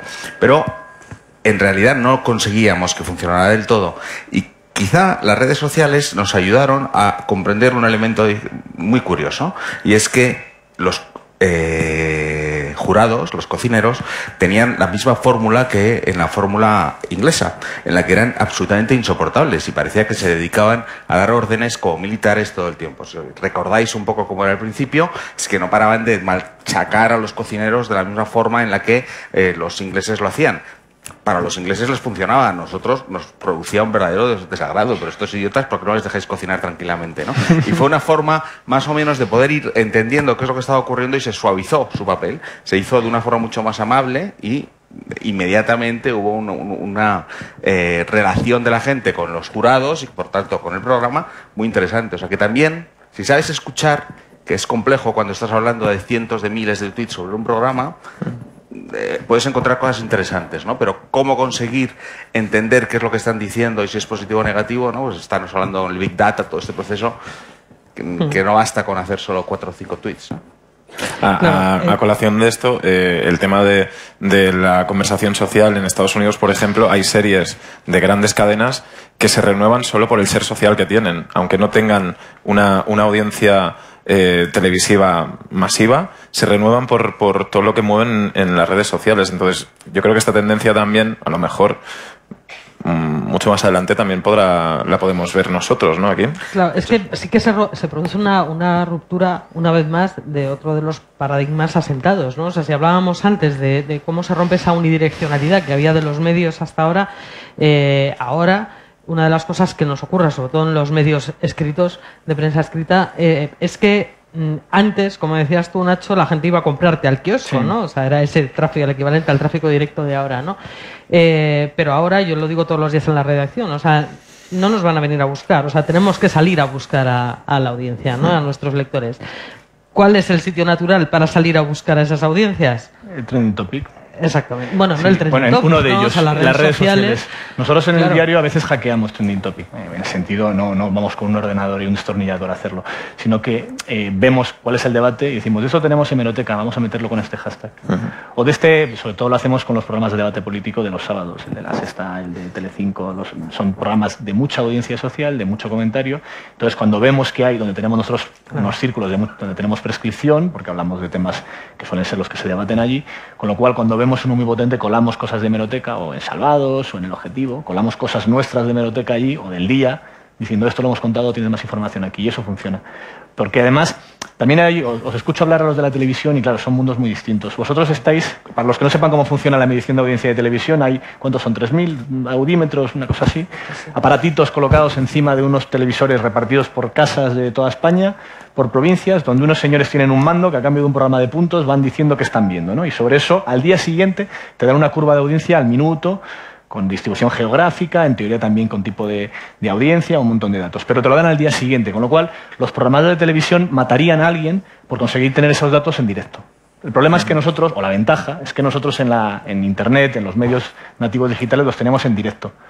O sea, si un programador de televisión pudiese ver mi panel de analytics de su medio y saber exactamente qué está viendo, de dónde viene el lector, qué ha visto después, si se lee la noticia hasta el final o se va a los 2 minutos o a los 2 segundos después de leer el titular, pues estaría menos obsesionado por eso de vamos a medir la audiencia social y así, y cruzándolo con el tiempo en Barcelona, sacaremos exactamente cuánta audiencia o qué futuro tiene este programa, ¿no? Nosotros, la televisión, yo he trabajado tiempo en televisión, una de las ventajas e inconvenientes que ha tenido es la presión tremenda de la audiencia sobre el contenido, sobre el producto periodístico que se hace en la televisión, para bien y para mal, porque yo creo que no hay que tampoco decir esto de no, es que hacer cosas para la audiencia es malísimo porque la audiencia no tiene ni idea y hay que intentar educarla. Y al mismo tiempo también, sobre todo en la parte de información, pues se ha caído en el entretenimiento exagerado o en los sucesos porque se ha visto que eso funcionaba en audiencia frente a otras informaciones que tenían que tener hueco, aunque fuesen menos rentables en cuanto a audiencia. En cambio, en Internet es perfecta la información que tenemos de la audiencia. Y eso hace que con las redes sociales se pierda menos peso, yo creo, en el trending topic y más en ver qué funciona y qué no funciona, porque tampoco te vale que vean tu tweet sin pinchar en el enlace, o menos a nosotros claro, no nos sirve. Pero al hilo de lo que comentas es curioso también cómo, por efecto de las redes sociales, hemos terminado mezclando muchas veces en los ámbitos de información más dura el humor con la información. Sí. O sea, y yo creo que el mejor ejemplo de esto es el intermedio. Sí. O sea, yo creo que el de intermedio podría ser llamado el informativo, posiblemente más visto de la televisión española, ¿no? O sea, está combinando muy bien humor. Tiene que ver también con la información. dejación de funciones de otros informativos, pero sí. Efectivamente, pero por la circunstancia que sea, al final, en Twitter, o sea, sabemos que es para difundir nuestras informaciones es necesario que sean virales, o sea, con lo que quiera decir ser viral, es decir, que se consuma mucho, que se mueva mucho, y sabemos que mezclar humor con información o ironía con información hace que esas informaciones se difundan más rápido. ¿Vosotros eso lo habéis experimentado? Tú fíjate qué curioso que el intermedio no tuitea en directo. O sea, yo soy hormiguero, no odio el intermedio. Yo he trabajado en el intermedio y luchamos en su día con la persona que llevaba la estrategia de comunicación live porque el hormiguero, el intermedio, ya en el subconsciente, el intermedio tuiteara en directo. Me parecería divertidísimo. Y sería un feedback Pero no lo único. hacen por falta de estrategia concreta, no por... O sea, Yo no es creo- una estrategia no deliberada. es una cosa deliberada. Yo creo que lo hacen porque... No, hay que ser muy listo para tuitear el intermedio en directo. Y hay que tener la persona. Y no la tienen hoy por hoy. O sea, tiene una persona listísima y genial en redes sociales y fantástica, pero tiene tantas cosas que hacer que no podría tuitear el intermedio en directo. El intermedio no es lo mismo que tuitear Águila Roja, que también es de Globo Media, que es una serie fantástica y muy amena, pero es más fácil de tuitear, más lenta. La puedes ver antes y prepararte los tweets porque es una cosa grabada. Un programa como el intermedio, tan ágil, en directo y hilando tan fino, porque aquí demasiado rápido, además. Claro, no te lo puedes ver antes, no te lo puedes preparar, o estás imbuida, o sea, o pones a un guionista, Pones que los puede guionistas, ser ¿no? Pero un ese guionista. es un debate muy interesante también. Mira, hoy, por primera vez en 2 años, no voy a tuitear yo el hormiguero. No lo va a hacer nadie de un entorno de comunicación, lo va a hacer un guionista del programa, que es un tuitero fantástico, pero he sido incapaz de dejar que lo haga otra persona. Es que no puede ser aunque alguien sea ajeno al periodista. contenido quien distribuye el contenido, porque no sabe lo que habla y se nota. Exacto. Sí. Entonces, tendría que ser un guionista de intermedio. Tú estás ahora mismo, con lo buenos que son los guionistas de intermedio, dispuesto a renunciar a uno de ellos, no a alguien nuevo de fuera, a uno de ellos para que se meta en redes. Y aún así, este que es muy bueno y estaría dispuesto a renunciar a él, para redes sí serviría. O sea, porque es que tiene que servir para las dos cosas. No tiene que ser un gran guionista ni un gran tuitero, tiene que ser ambas.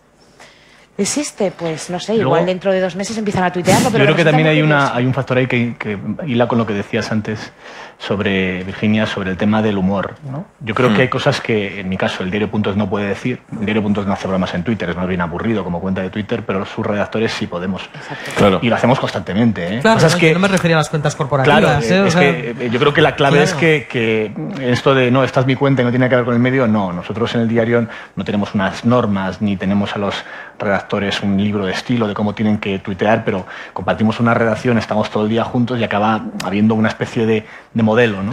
Y en ese modelo funciona el humor y sobre todo funciona la espontaneidad y la naturalidad, porque tener un señor que te está mandando como si fuese unas RSS, es lo mismo que está escribiendo en el periódico, es aburridísimo, no tiene ningún interés. Es spam. Y dices, es que estoy hablando con un contestador automático. Claro. Esto no hay una persona ahí detrás, esto no pasa el test de Turing. Entonces, esto hace que tengas que funcionar de otra manera. Lo que sí que intentamos es, y eso nos ha costado a veces problemas, es que los redactores que hacen información, sobre todo de partidos políticos, no deben o no deberían, o les aconsejamos que no lo hagan, evidentemente pueden hacerlo, algunos en lo pasado, hacer opinión sobre la información que tocan. O humor, porque al final acaba dañando su acceso a fuentes. Yo creo que en la parte periodística Y con Twitter se ve mucho más, la barrera entre información y opinión se difumina mucho, porque en los periódicos normalmente la gente que hace información no hace opinión.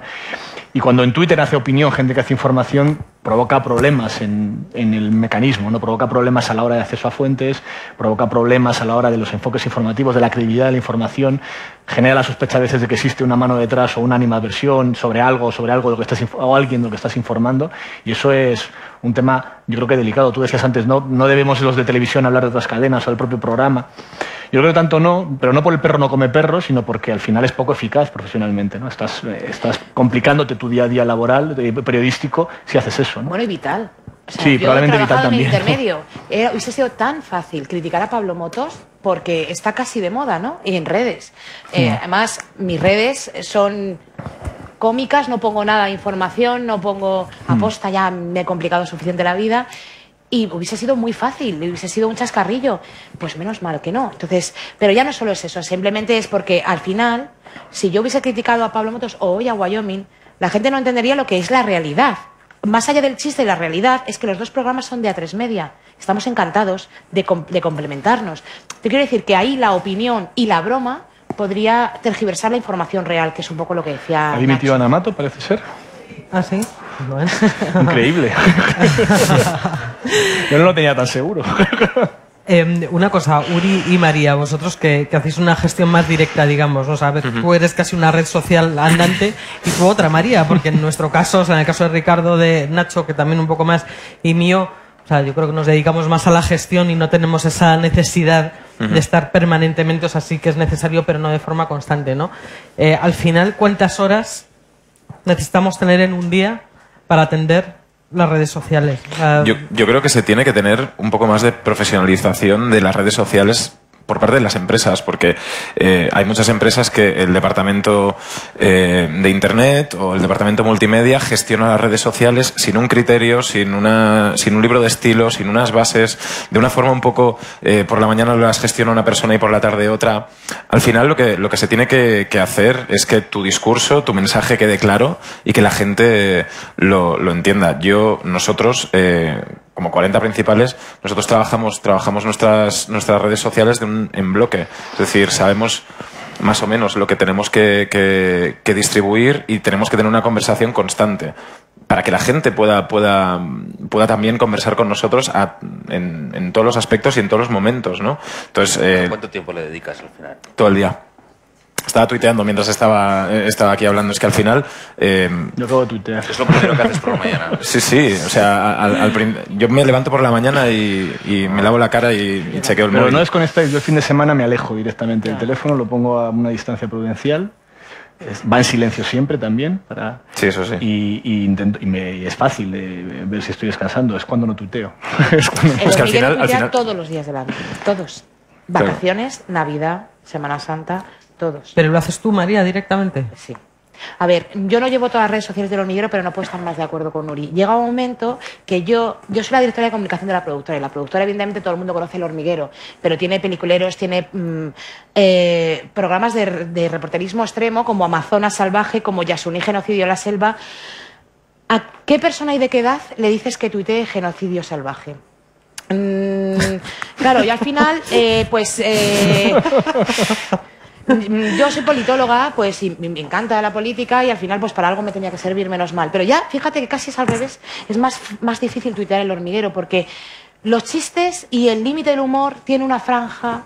Entonces al final, cuando yo estoy muy apurada, escribo cosas y las dejo escritas. Por ejemplo, esta noche después del hormiguero me puedo preparar un tuit y dejárselo a un becario. Y decirle, mañana ponlo a las 12. Pero al final el tono es el tono. Y el tono del hormiguero está tan claro. Es un tono... Yo muchas veces me meto en redes con Pablo Motos. Y digo, Pablo, hiciste una apuesta, la te va a cumplir. O si fueses más alto, no tendrías problemas para llegar a la estantería. Ese límite es tan sutil. Entonces, al final, no debería llevarla yo, pero no puedo evitarlo. O sea, no es culpa de la empresa, es culpa mía. Y es un poco también que yo soy muy partidaria de mantener siempre la misma filosofía y gestionar las redes en bloque. Y lo he intentado varias veces, de verdad que lo he intentado. Pero el otro día dije, este fin de semana tú, y en vez de creí que no sé qué, y dije, el hormiguero no cree, el hormiguero pone creemos, y además en vez de creí has puesto cría, pero bueno, eso fue un desliz, pobrecito mío. Entonces al final Sí, dedicas muchas horas, pero yo dedico... yo trabajo de 11 a 11, de lunes a jueves. Y te diré que a redes sociales no dedico más de 3 horas, que es una barbaridad, pero en un sitio como El Hormiguero no es tanto. Pero no es una gran parte de mi jornada laboral. Y hay un tema también importante en cuanto a redes sociales, y es que a lo mejor, pues para ser un gran presentador de televisión o de radio necesitas muchos años, mucha experiencia, mucho callo, muchas tablas, pero para ser un gran comunicador en las redes sociales, seguro que aquí hay grandes comunicadores en las redes sociales mucho mejor que nosotros y lo pueden ser de hoy para mañana. Entonces yo creo que como se está reinventando todo tanto y como es una inmediatez y todo muta tan rápidamente, creo que tenemos que estar muy atentos también nosotros desde grandes cuentas o desde grandes sitios donde hay mucho follower, pues estar atentos a lo que pasa, ¿no? Nosotros lo estamos. Nosotros, por ejemplo, en 40 Principales hay gente que se dedica a captar grandes tuiteros, grandes youtubers, grandes generadores de contenido. Gente que desde nada ha generado perfiles con más de 1 millón de seguidores. ¿Por qué un anónimo consigue 1 millón de seguidores? Porque lo que hace está bien. O hay muchísima gente que le sigue, ¿no? Entonces, ese es un tema también a explorar y a tener muy en cuenta. No quedarnos nosotros con nuestra visión y lo que decía antes, ¿no? Pues si estás haciendo El Hormiguero, si estás haciendo No te cortes, o si estás haciendo un Masterchef, quedarte en Masterchef, sino que hay tantas cosas ahí que te pueden venir bien. Sí, lo que pasa es que al final eso nos acaba convirtiendo de alguna forma en marcas andantes, ¿no? Por decirlo de alguna forma, a las que tienes que dedicar tu vida. Sí, no, yo creo que depende. Yo creo que hay una cosa que antes hacíamos y que hay que hacer igual, que es defender tu firma. Tu firma es lo que publicas. Lo que pasa es que lo que publicas ya no es solamente lo que escribes en tu periódico o lo que firmas en televisión, lo que haces en la radio, sino también lo que dices en redes sociales, que es una extensión de tu trabajo, ¿no? Vale. Al principio la gente confundía las redes sociales con el chat del Messenger y trataba en las redes sociales con una familiaridad que no le diría a sus 400.000 mejores amigos, que es la gente, o al 500.000 de mejores amigos que te puede leer en Twitter. Y por eso se han provocado... Bueno, pero por eso se han provocado tantísimas divisiones por gente con la boca demasiado grande que se pensaba que estaba en el chat del WhatsApp con sus amigos y estaba mandando un mensaje que podía leer potencialmente todo el planeta Tierra, ¿no? Entonces, hay que entender que eso es una extensión de tu trabajo como periodista y que cuando tú comunicas como periodista lo haces con una serie de criterios. Te puedes permitir por el formato géneros que no puedes hacer cuando haces una noticia de apertura del periódico, como el humor, como hablábamos antes. Pero al mismo tiempo tienes que ser consciente de que estás comunicando públicamente. Y nosotros los periodistas no puede ser, cuando somos los especialistas en comunicación pública, porque lo hacemos todo el día, que perdamos esa percepción de qué es y qué no es comunicación pública. Y que pensemos que ahí estamos, pues eso, de juerga con unos amigos, chateando, ¿no? Por no hablar del peligro de coger el móvil a determinadas horas de la madrugada un sábado. Hablabais antes también, ha salido de alguna manera el tema de cómo rentabilizar esta comunicación social, ¿no? Efectivamente, estamos haciendo marca todo el día a Twitter, a Facebook, en la tele, en nuestros medios, en todos sitios, ¿no? Y el rendimiento que estamos sacando no es económico, pero sí que es en audiencia. Queremos entender, por lo menos, ¿no? Que es en audiencia, eso lo tenemos claro. Sí, sí, ¿no? Sí. Nacho, ¿cómo sería el diario si no hubiera habido redes sociales? O sea, ¿tú crees que estaría ahora mismo...? Sería imposible. Sería directamente imposible. Yo creo que, bueno, o por lo menos muchísimo más difícil. Porque hasta ahora había una única manera de montar un medio de comunicación desde cero, que es lo que intentamos hacer o lo que hicimos en Público. En Público, cuando lanzo Público como director, nos gastamos, creo que fueron 3 millones o 4 millones de euros en publicidad. Y a los 3 meses, el Público tenía menos audiencia en Internet de la que teníamos a los 3 meses en el diario.es, con un presupuesto de 0 en publicidad y una plantilla, no sé, 10 veces menor que la que teníamos en el lanzamiento de... Bueno, sí, 10 veces menor. Éramos 12 en el lanzamiento del diario y éramos 140 en el lanzamiento de Público. Habría sido imposible en las redes sociales, completamente imposible. Lo que pasa es que cuando lanzamos el diario.es no empezamos desde cero, porque cuando yo lanzo el diario.es me llevo todos mis lectores que tenía en Twitter, que tenía en mi blog, que tenía en mi grupo de Facebook, toda esa gente me acompaña. de una manera, no hace falta ni silbar, te están siguiendo por las redes sociales y las redes sociales apuntan hacia donde tú digas, ¿no? Hacia donde esté tu trabajo en ese momento. Con lo cual es muchísimo más sencillo. Habría sido completamente imposible, o desde luego imposible alcanzar estos números que tenemos ahora de audiencia. Acaba de salir el último Comscore Mobile, nos ha dado 4,5 millones de lectores ya en esta última ola, que es el último récord. Estamos haciendo uno cada mes, más o menos.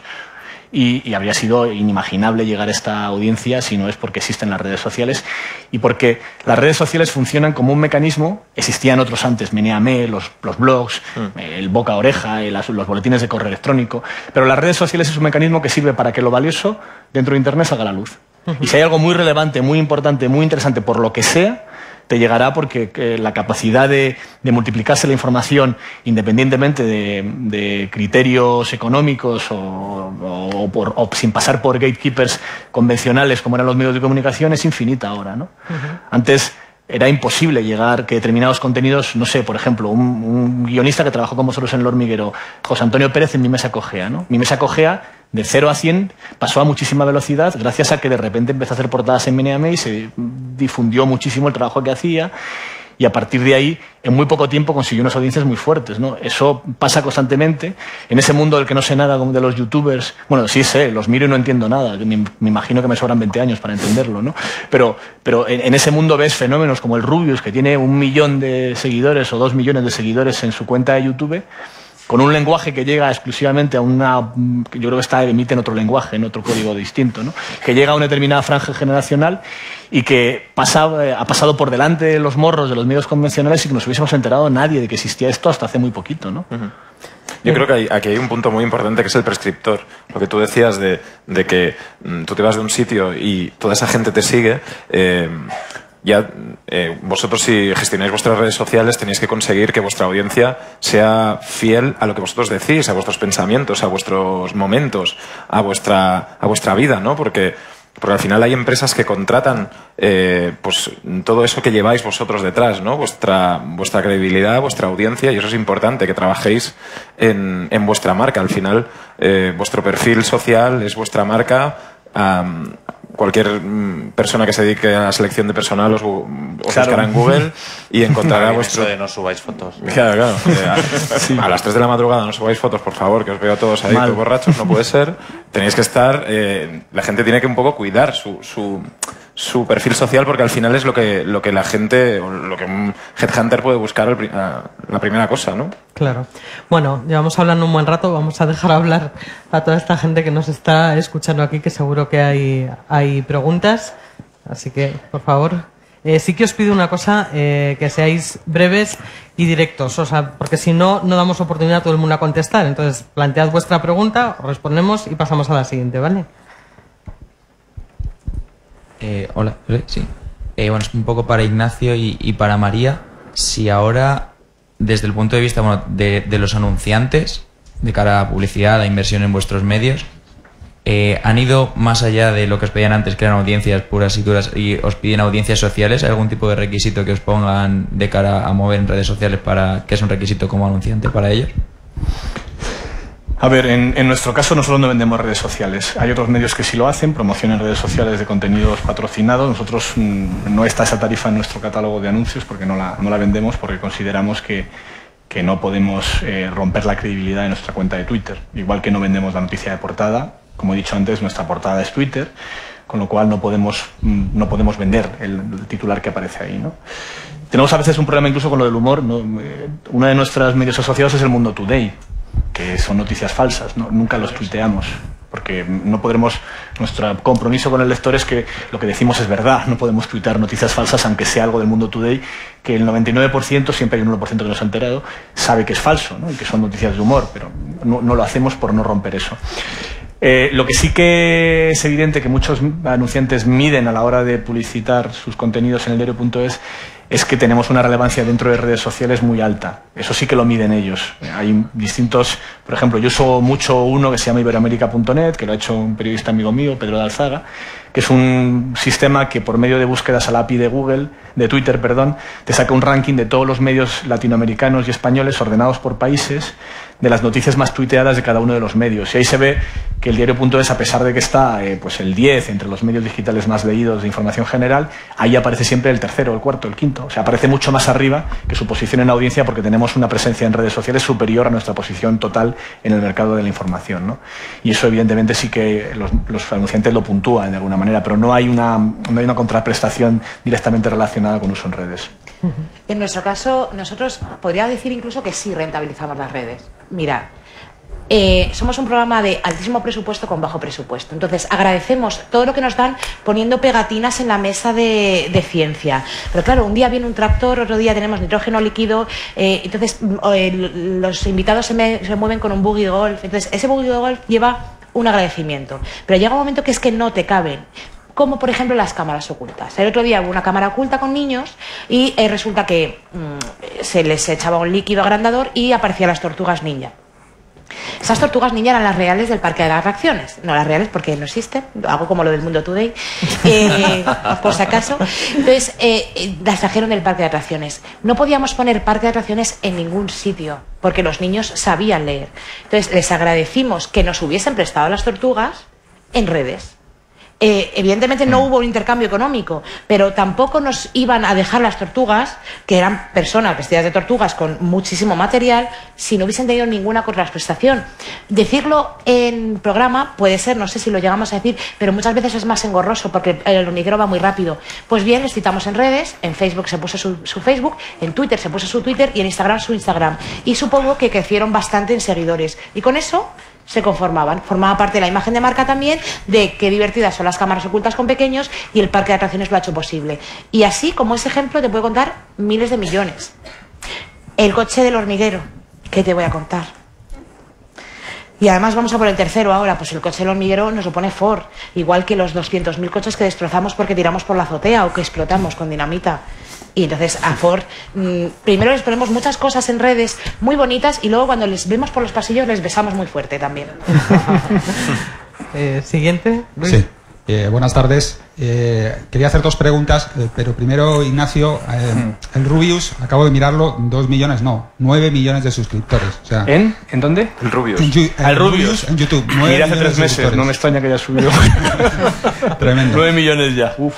Bueno, la primera pregunta es para ti, también para Ricardo, y es relacionado con el maridaje que hablaba Ricardo entre lo que es la televisión y las redes sociales. ¿Cómo creéis que han influido ese maridaje en el ascenso de nuevas fuerzas políticas y, por otro lado, el uso del marketing de influencia en las redes sociales, los grupos en WhatsApp, que probablemente han movido mucho el debate y lo siguen moviendo? Esa sería la primera. Y la segunda, para ti, Virginia, hoy ponéis en marcha la Plataforma por la Defensa de la Libertad de Información y quería preguntarte, en tu opinión, cuáles son las grandes amenazas para la libertad de información que ejercemos los periodistas y los ciudadanos en las redes sociales y a través de las redes sociales.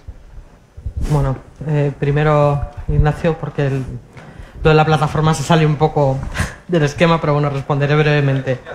Nacho. Bien. No, yo lo que te decía, lo del Rubio no me sorprende nada, que sea tan enorme el número de seguidores. Chequea otra vez que a lo mejor llevan 9,5, ¿no? Sí, no. Yo lo recuerdo que lo conocí hace un año, en un congreso, hace año y medio, perdón, en un congreso en Burgos, que era donde vi el dato de los 2 millones y me pareció ya impresionante. Ya lo de los 9 me parece que se nos va completamente de madre. Pero repíteme la pregunta, discúlpame. Entre la televisión y las redes sociales, cómo eso ha podido influir en el ascenso de nuevas fuerzas políticas como Podemos, etcétera, y los grupos en WhatsApp y el marketing de influencia. A ver, yo creo que evidentemente el caso de Podemos demuestra que de la misma manera que pueden surgir medios sin necesidad de 5 millones de euros en inversión publicitaria, pueden surgir partidos sin necesidad de tener el modelo tradicional de pegar carteles, ir por los pueblos y generar de esa manera una marca política, ¿no? No solamente son redes sociales, es redes sociales y sobre todo televisión y el uso combinado de ambas cosas, ¿no? El uso combinado de ambas cosas porque, si te das cuenta, es la manera de llegar a las dos Españas, ¿no? Que ya no son la de izquierdas o de derechas, o la urbana y la rural, sino la digital y la analógica, ¿no? Unos llegan por las tertulias de la tele, otros llegan por las redes sociales, y a veces incluso los mensajes son distintos. Los mensajes que se mandan desde las redes sociales son diferentes a los mensajes que se mandan desde la televisión. Yo creo que de la misma manera que la tecnología ha rebajado absolutamente todas las barreras de entrada a un montón de negocios, o de industrias, o de cultura, o de producciones culturales, también lo ha hecho en la política.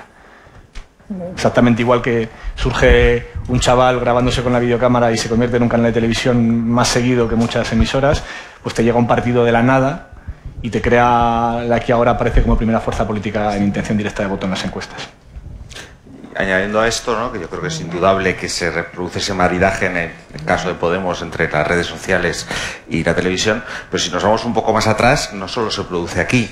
Acordaos cuando aparece Obama, de lo que se habla es que es el primer presidente que llega siendo capaz de utilizar las redes sociales de Facebook, se incorpora gente de Facebook a su campaña y es el primero que empieza a entender que hay un fenómeno que son las redes sociales, que los republicanos en ese momento están completamente perdidos sobre lo que está ocurriendo y entiende cómo dirigirse de otra manera. No es la única fórmula, la única explicación obviamente, pero sí es una explicación que ayuda en sus microestos. En el caso de Podemos es obvio y clarísimo, y lo que sí que es interesante saber es el intento que realizan los otros partidos mucho más tradicionales en forma y en mensajes de aprovecharlo.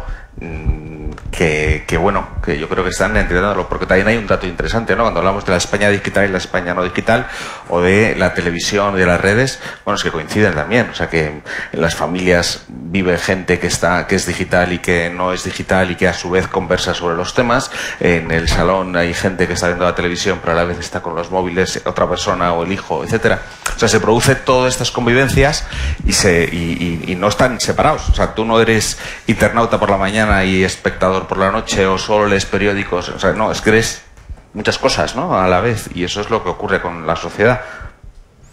Bien, en cuanto a lo que me preguntabas, las amenazas a la libertad de información en redes sociales, en mi opinión, son las mismas que las que puede haber al ejercicio de la información o al ejercicio del periodismo en cualquier otro ámbito, ¿no? Ahora sí que, en mi opinión, tenemos una serie de amenazas casi te diría legislativas.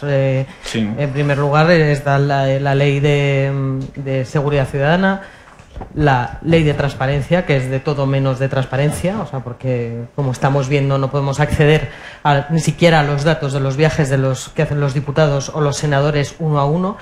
La reforma de la ley de propiedad intelectual, que incluye una serie de supuestos que pueden perjudicar también al ejercicio de la información, la propia imposición de las tasas judiciales, que no de una manera directa sí que cercena también de alguna forma el derecho a la libertad de expresión y el derecho del ciudadano a pedir justicia, digamos, ¿no? Sí que hay una serie de amenazas ahora mismo que pesan sobre el ejercicio del derecho a la información, y por eso es por lo que nace esta plataforma, ¿no? Y esas amenazas se ciernen también sobre ese ejercicio en redes sociales, de la misma manera. ¿Alguna pregunta más? Por aquí, el micrófono, por favor.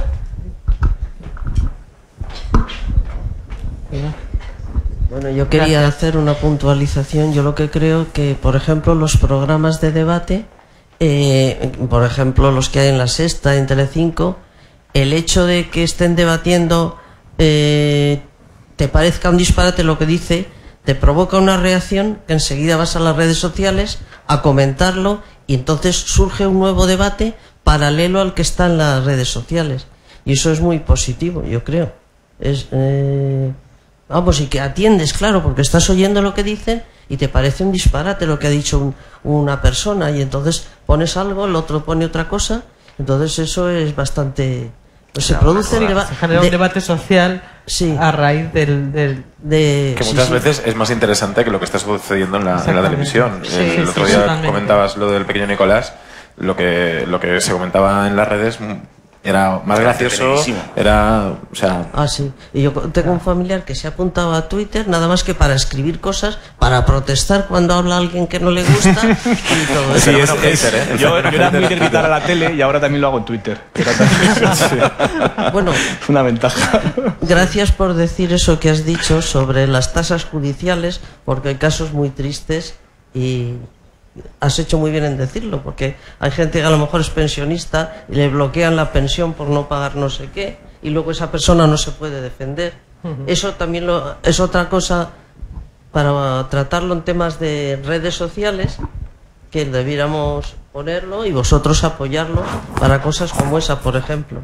Sí, pero luego la realidad es que, o sea, a través de las redes sociales sí que se genera una cierta presión social, o sea, aunque como decía Nacho, o sea, si analizáramos por tendencias ideológicas, digamos, sí, ¿no? A la gente conectada a través de redes posiblemente nos saldría que hay una cierta tendencia progresista, por decirlo de alguna manera, en el uso de las redes.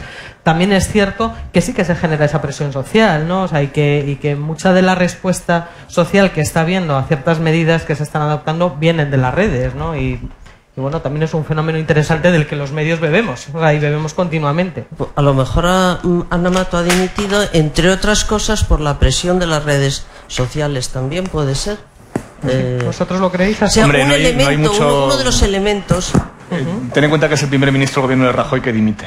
Entonces ya no hay mucho histórico, estadístico para saber la causa. No, habrá muchas. Hombre, habrá porque la cita el juez Ruth, ¿no? Pero aparte de eso, eso crea alarma social también, de alguna forma. No, lo que sí que es cierto es que los partidos políticos, igual que las empresas privadas, cada vez más tienen observatorios de Internet, que se dedican, cada uno lo llama de una manera, pero se dedican a estar permanentemente vigilando qué está pasando en las redes sociales por si hay algún incendio que les afecte a su marca o a su producto, que en ese caso son los candidatos, ¿no? Lo que pasa es que... también, ¿no? El incendio. Sí, también. Yo, por ejemplo, antes hablaba de que los periodistas, una de las cosas, independientemente de que uses Twitter para promocionar el trabajo que haces o para comunicarte, si eres periodista tienes que estar en Twitter para conocer la información de lo que sucede. Yo utilizo listas, utilizo TweetDeck, que te permite ponerlos en columnas, todas las listas, y sigo muy de cerca a fontaneros de los partidos, ¿no? Para ver de qué están hablando ellos, porque muchas veces es indicador adelantado de lo que van a hablar sus líderes al día siguiente. Cuando pasó, por ejemplo, el Congreso del PSOE de Rubalcaba versus Chacón, coger a los 900 delegados que votaban era muy sencillo, un ratito en Google y en Twitter encontrabas a todos y muy pronto podías saber de qué iban los debates y por dónde iban las consignas de campaña de cada uno de los candidatos, ¿no? Todo eso vale para que ellos nos observen a nosotros y para que tomen decisiones al respecto, pero también para observarles a ellos. ¿Alguna pregunta más? Sí, aquí, por favor. Hola, ¿qué tal? En una forma de ver las cosas imaginariamente, ¿cómo ven María y Ricardo la evolución de la televisión más allá de lo que está pasando ahora con este movimiento de la televisión con las redes sociales? O sea, ¿cómo imaginan la televisión conviviendo con Internet en unos años? Pues yo creo que cada vez se hará más televisión para consumir directamente en una plataforma que no sea televisión. O sea, el consumo online, como os decía, no las redes sociales, sino el consumo online ya es una realidad, y creo que cada vez se va a generar más y más contenido que será únicamente para consumo online. Podrás verlo en tu tele a través de la red, en el fondo. Eso ya existe, pero es residual, pero yo creo que cada vez será mayor y que en ese sentido, por ejemplo, se medirá mucho más el ser social, como decía el que hay series de Estados Unidos que se mantienen solo por su ser social, y yo creo que se mantienen por su ser social porque se asocian también al consumo online. Y creo que pasará, y creo que igual la medición de redes tiene más importancia si es más detallada y no solo en una edad, tendrá más gente, tendrá redes, porque nosotros seremos unos viejos tecnológicos y vosotros seréis el futuro, tendrá redes todo el mundo, que no tienen por qué ser estas redes. Que a lo mejor dentro de 3 años Twitter no es nada y hay una nueva red social, pero seguirá habiendo comentarios sociales, consumo televisivo, seguramente online, y a lo mejor los audímetros desaparecen y dejamos de ser unos esclavos de las audiencias mañaneras. Yo creo que los cambios que vamos a ver en los próximos 5 años solo van a ser equiparables a los que se han visto con las otras industrias, la digital, de cualquier otro elemento, ¿no? La música, el cine, etcétera. Entender que la televisión es una aldea gala en la que todo sigue igual como ha seguido hasta ahora es una ilusión que no puede ser, y en los próximos 5 años creo que se va a transformar de una forma enorme, ¿no? Hay algunos datos que hablan del 2020, del año 20, en el cual la visión de la televisión por internet superará al de la televisión tradicional, la analógica, la TDT, que enciendes el mal.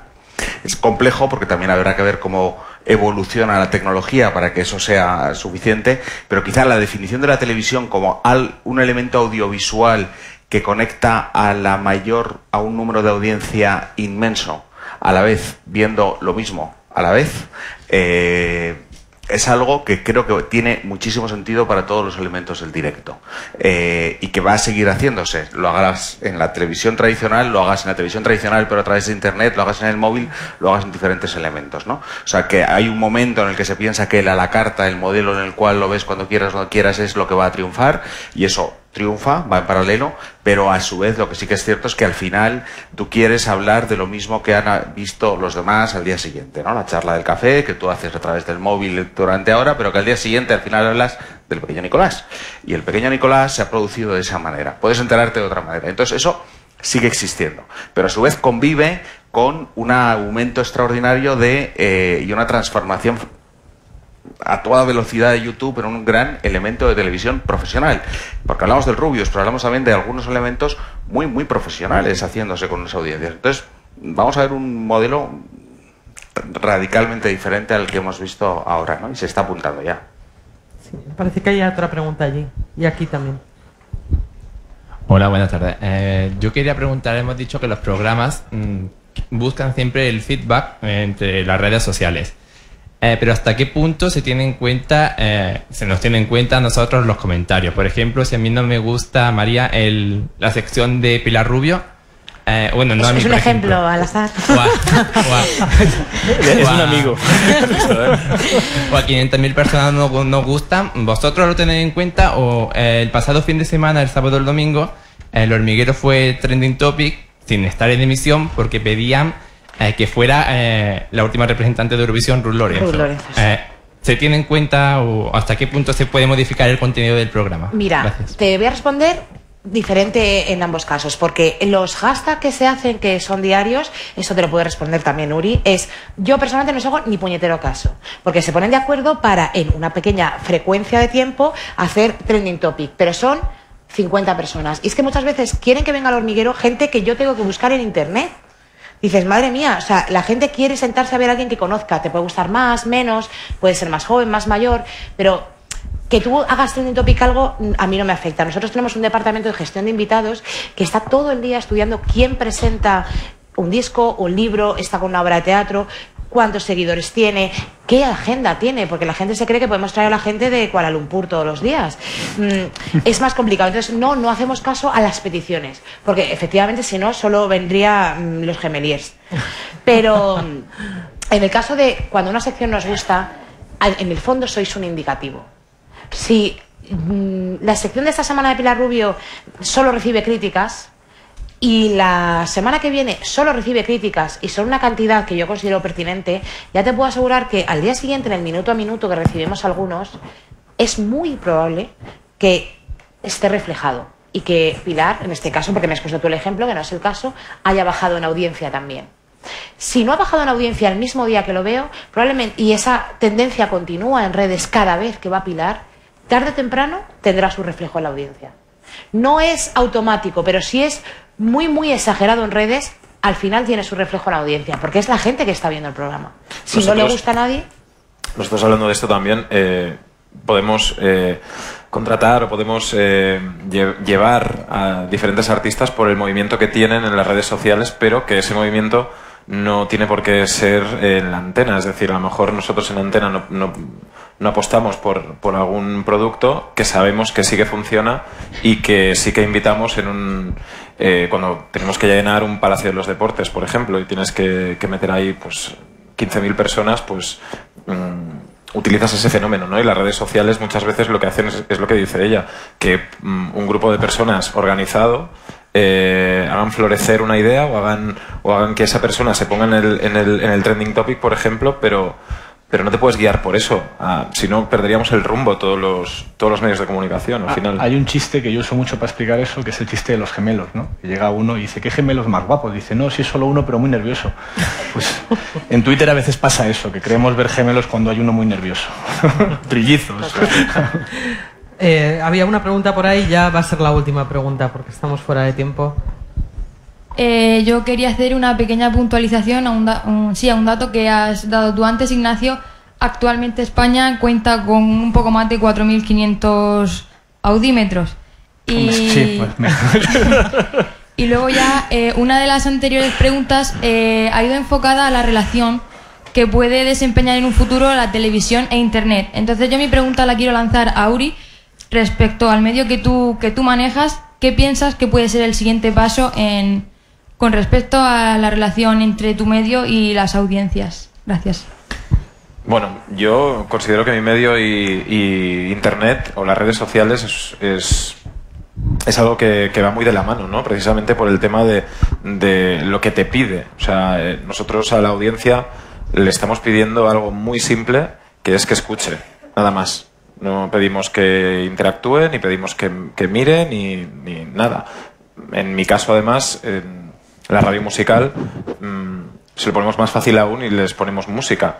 Entonces, creo que la interacción entre redes sociales y radio en este caso es muy fácil, y creo que la radio, además, estos son cosas que vienen desde Estados Unidos, Francia, Gran Bretaña también. Lo que están haciendo muchas grandes empresas de radio, Energy, Sit 100, Capital FM, son programas de radio en los que, por ejemplo, están presentes cámaras y hacen un video streaming, ¿no? Un live stream. Entonces, a lo mejor tú estás haciendo un programa de radio y lo que hablábamos antes de la multiplataforma, un programa de radio en el que un oyente que está en el coche lo puede disfrutar, pero alguien que está en su ordenador o en su tablet o en su móvil lo disfruta de otra manera, y una persona ya que además es activa en las redes sociales, pues tiene como 3 vías, ¿no? de participación.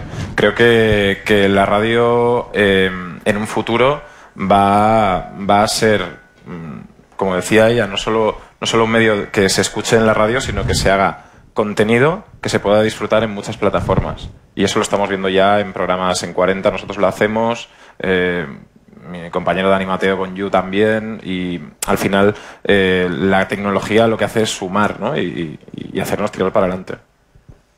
Bueno, hasta aquí hemos llegado. Gracias María, Ricardo, Uri, Nacho, gracias a todos vosotros y hasta la próxima.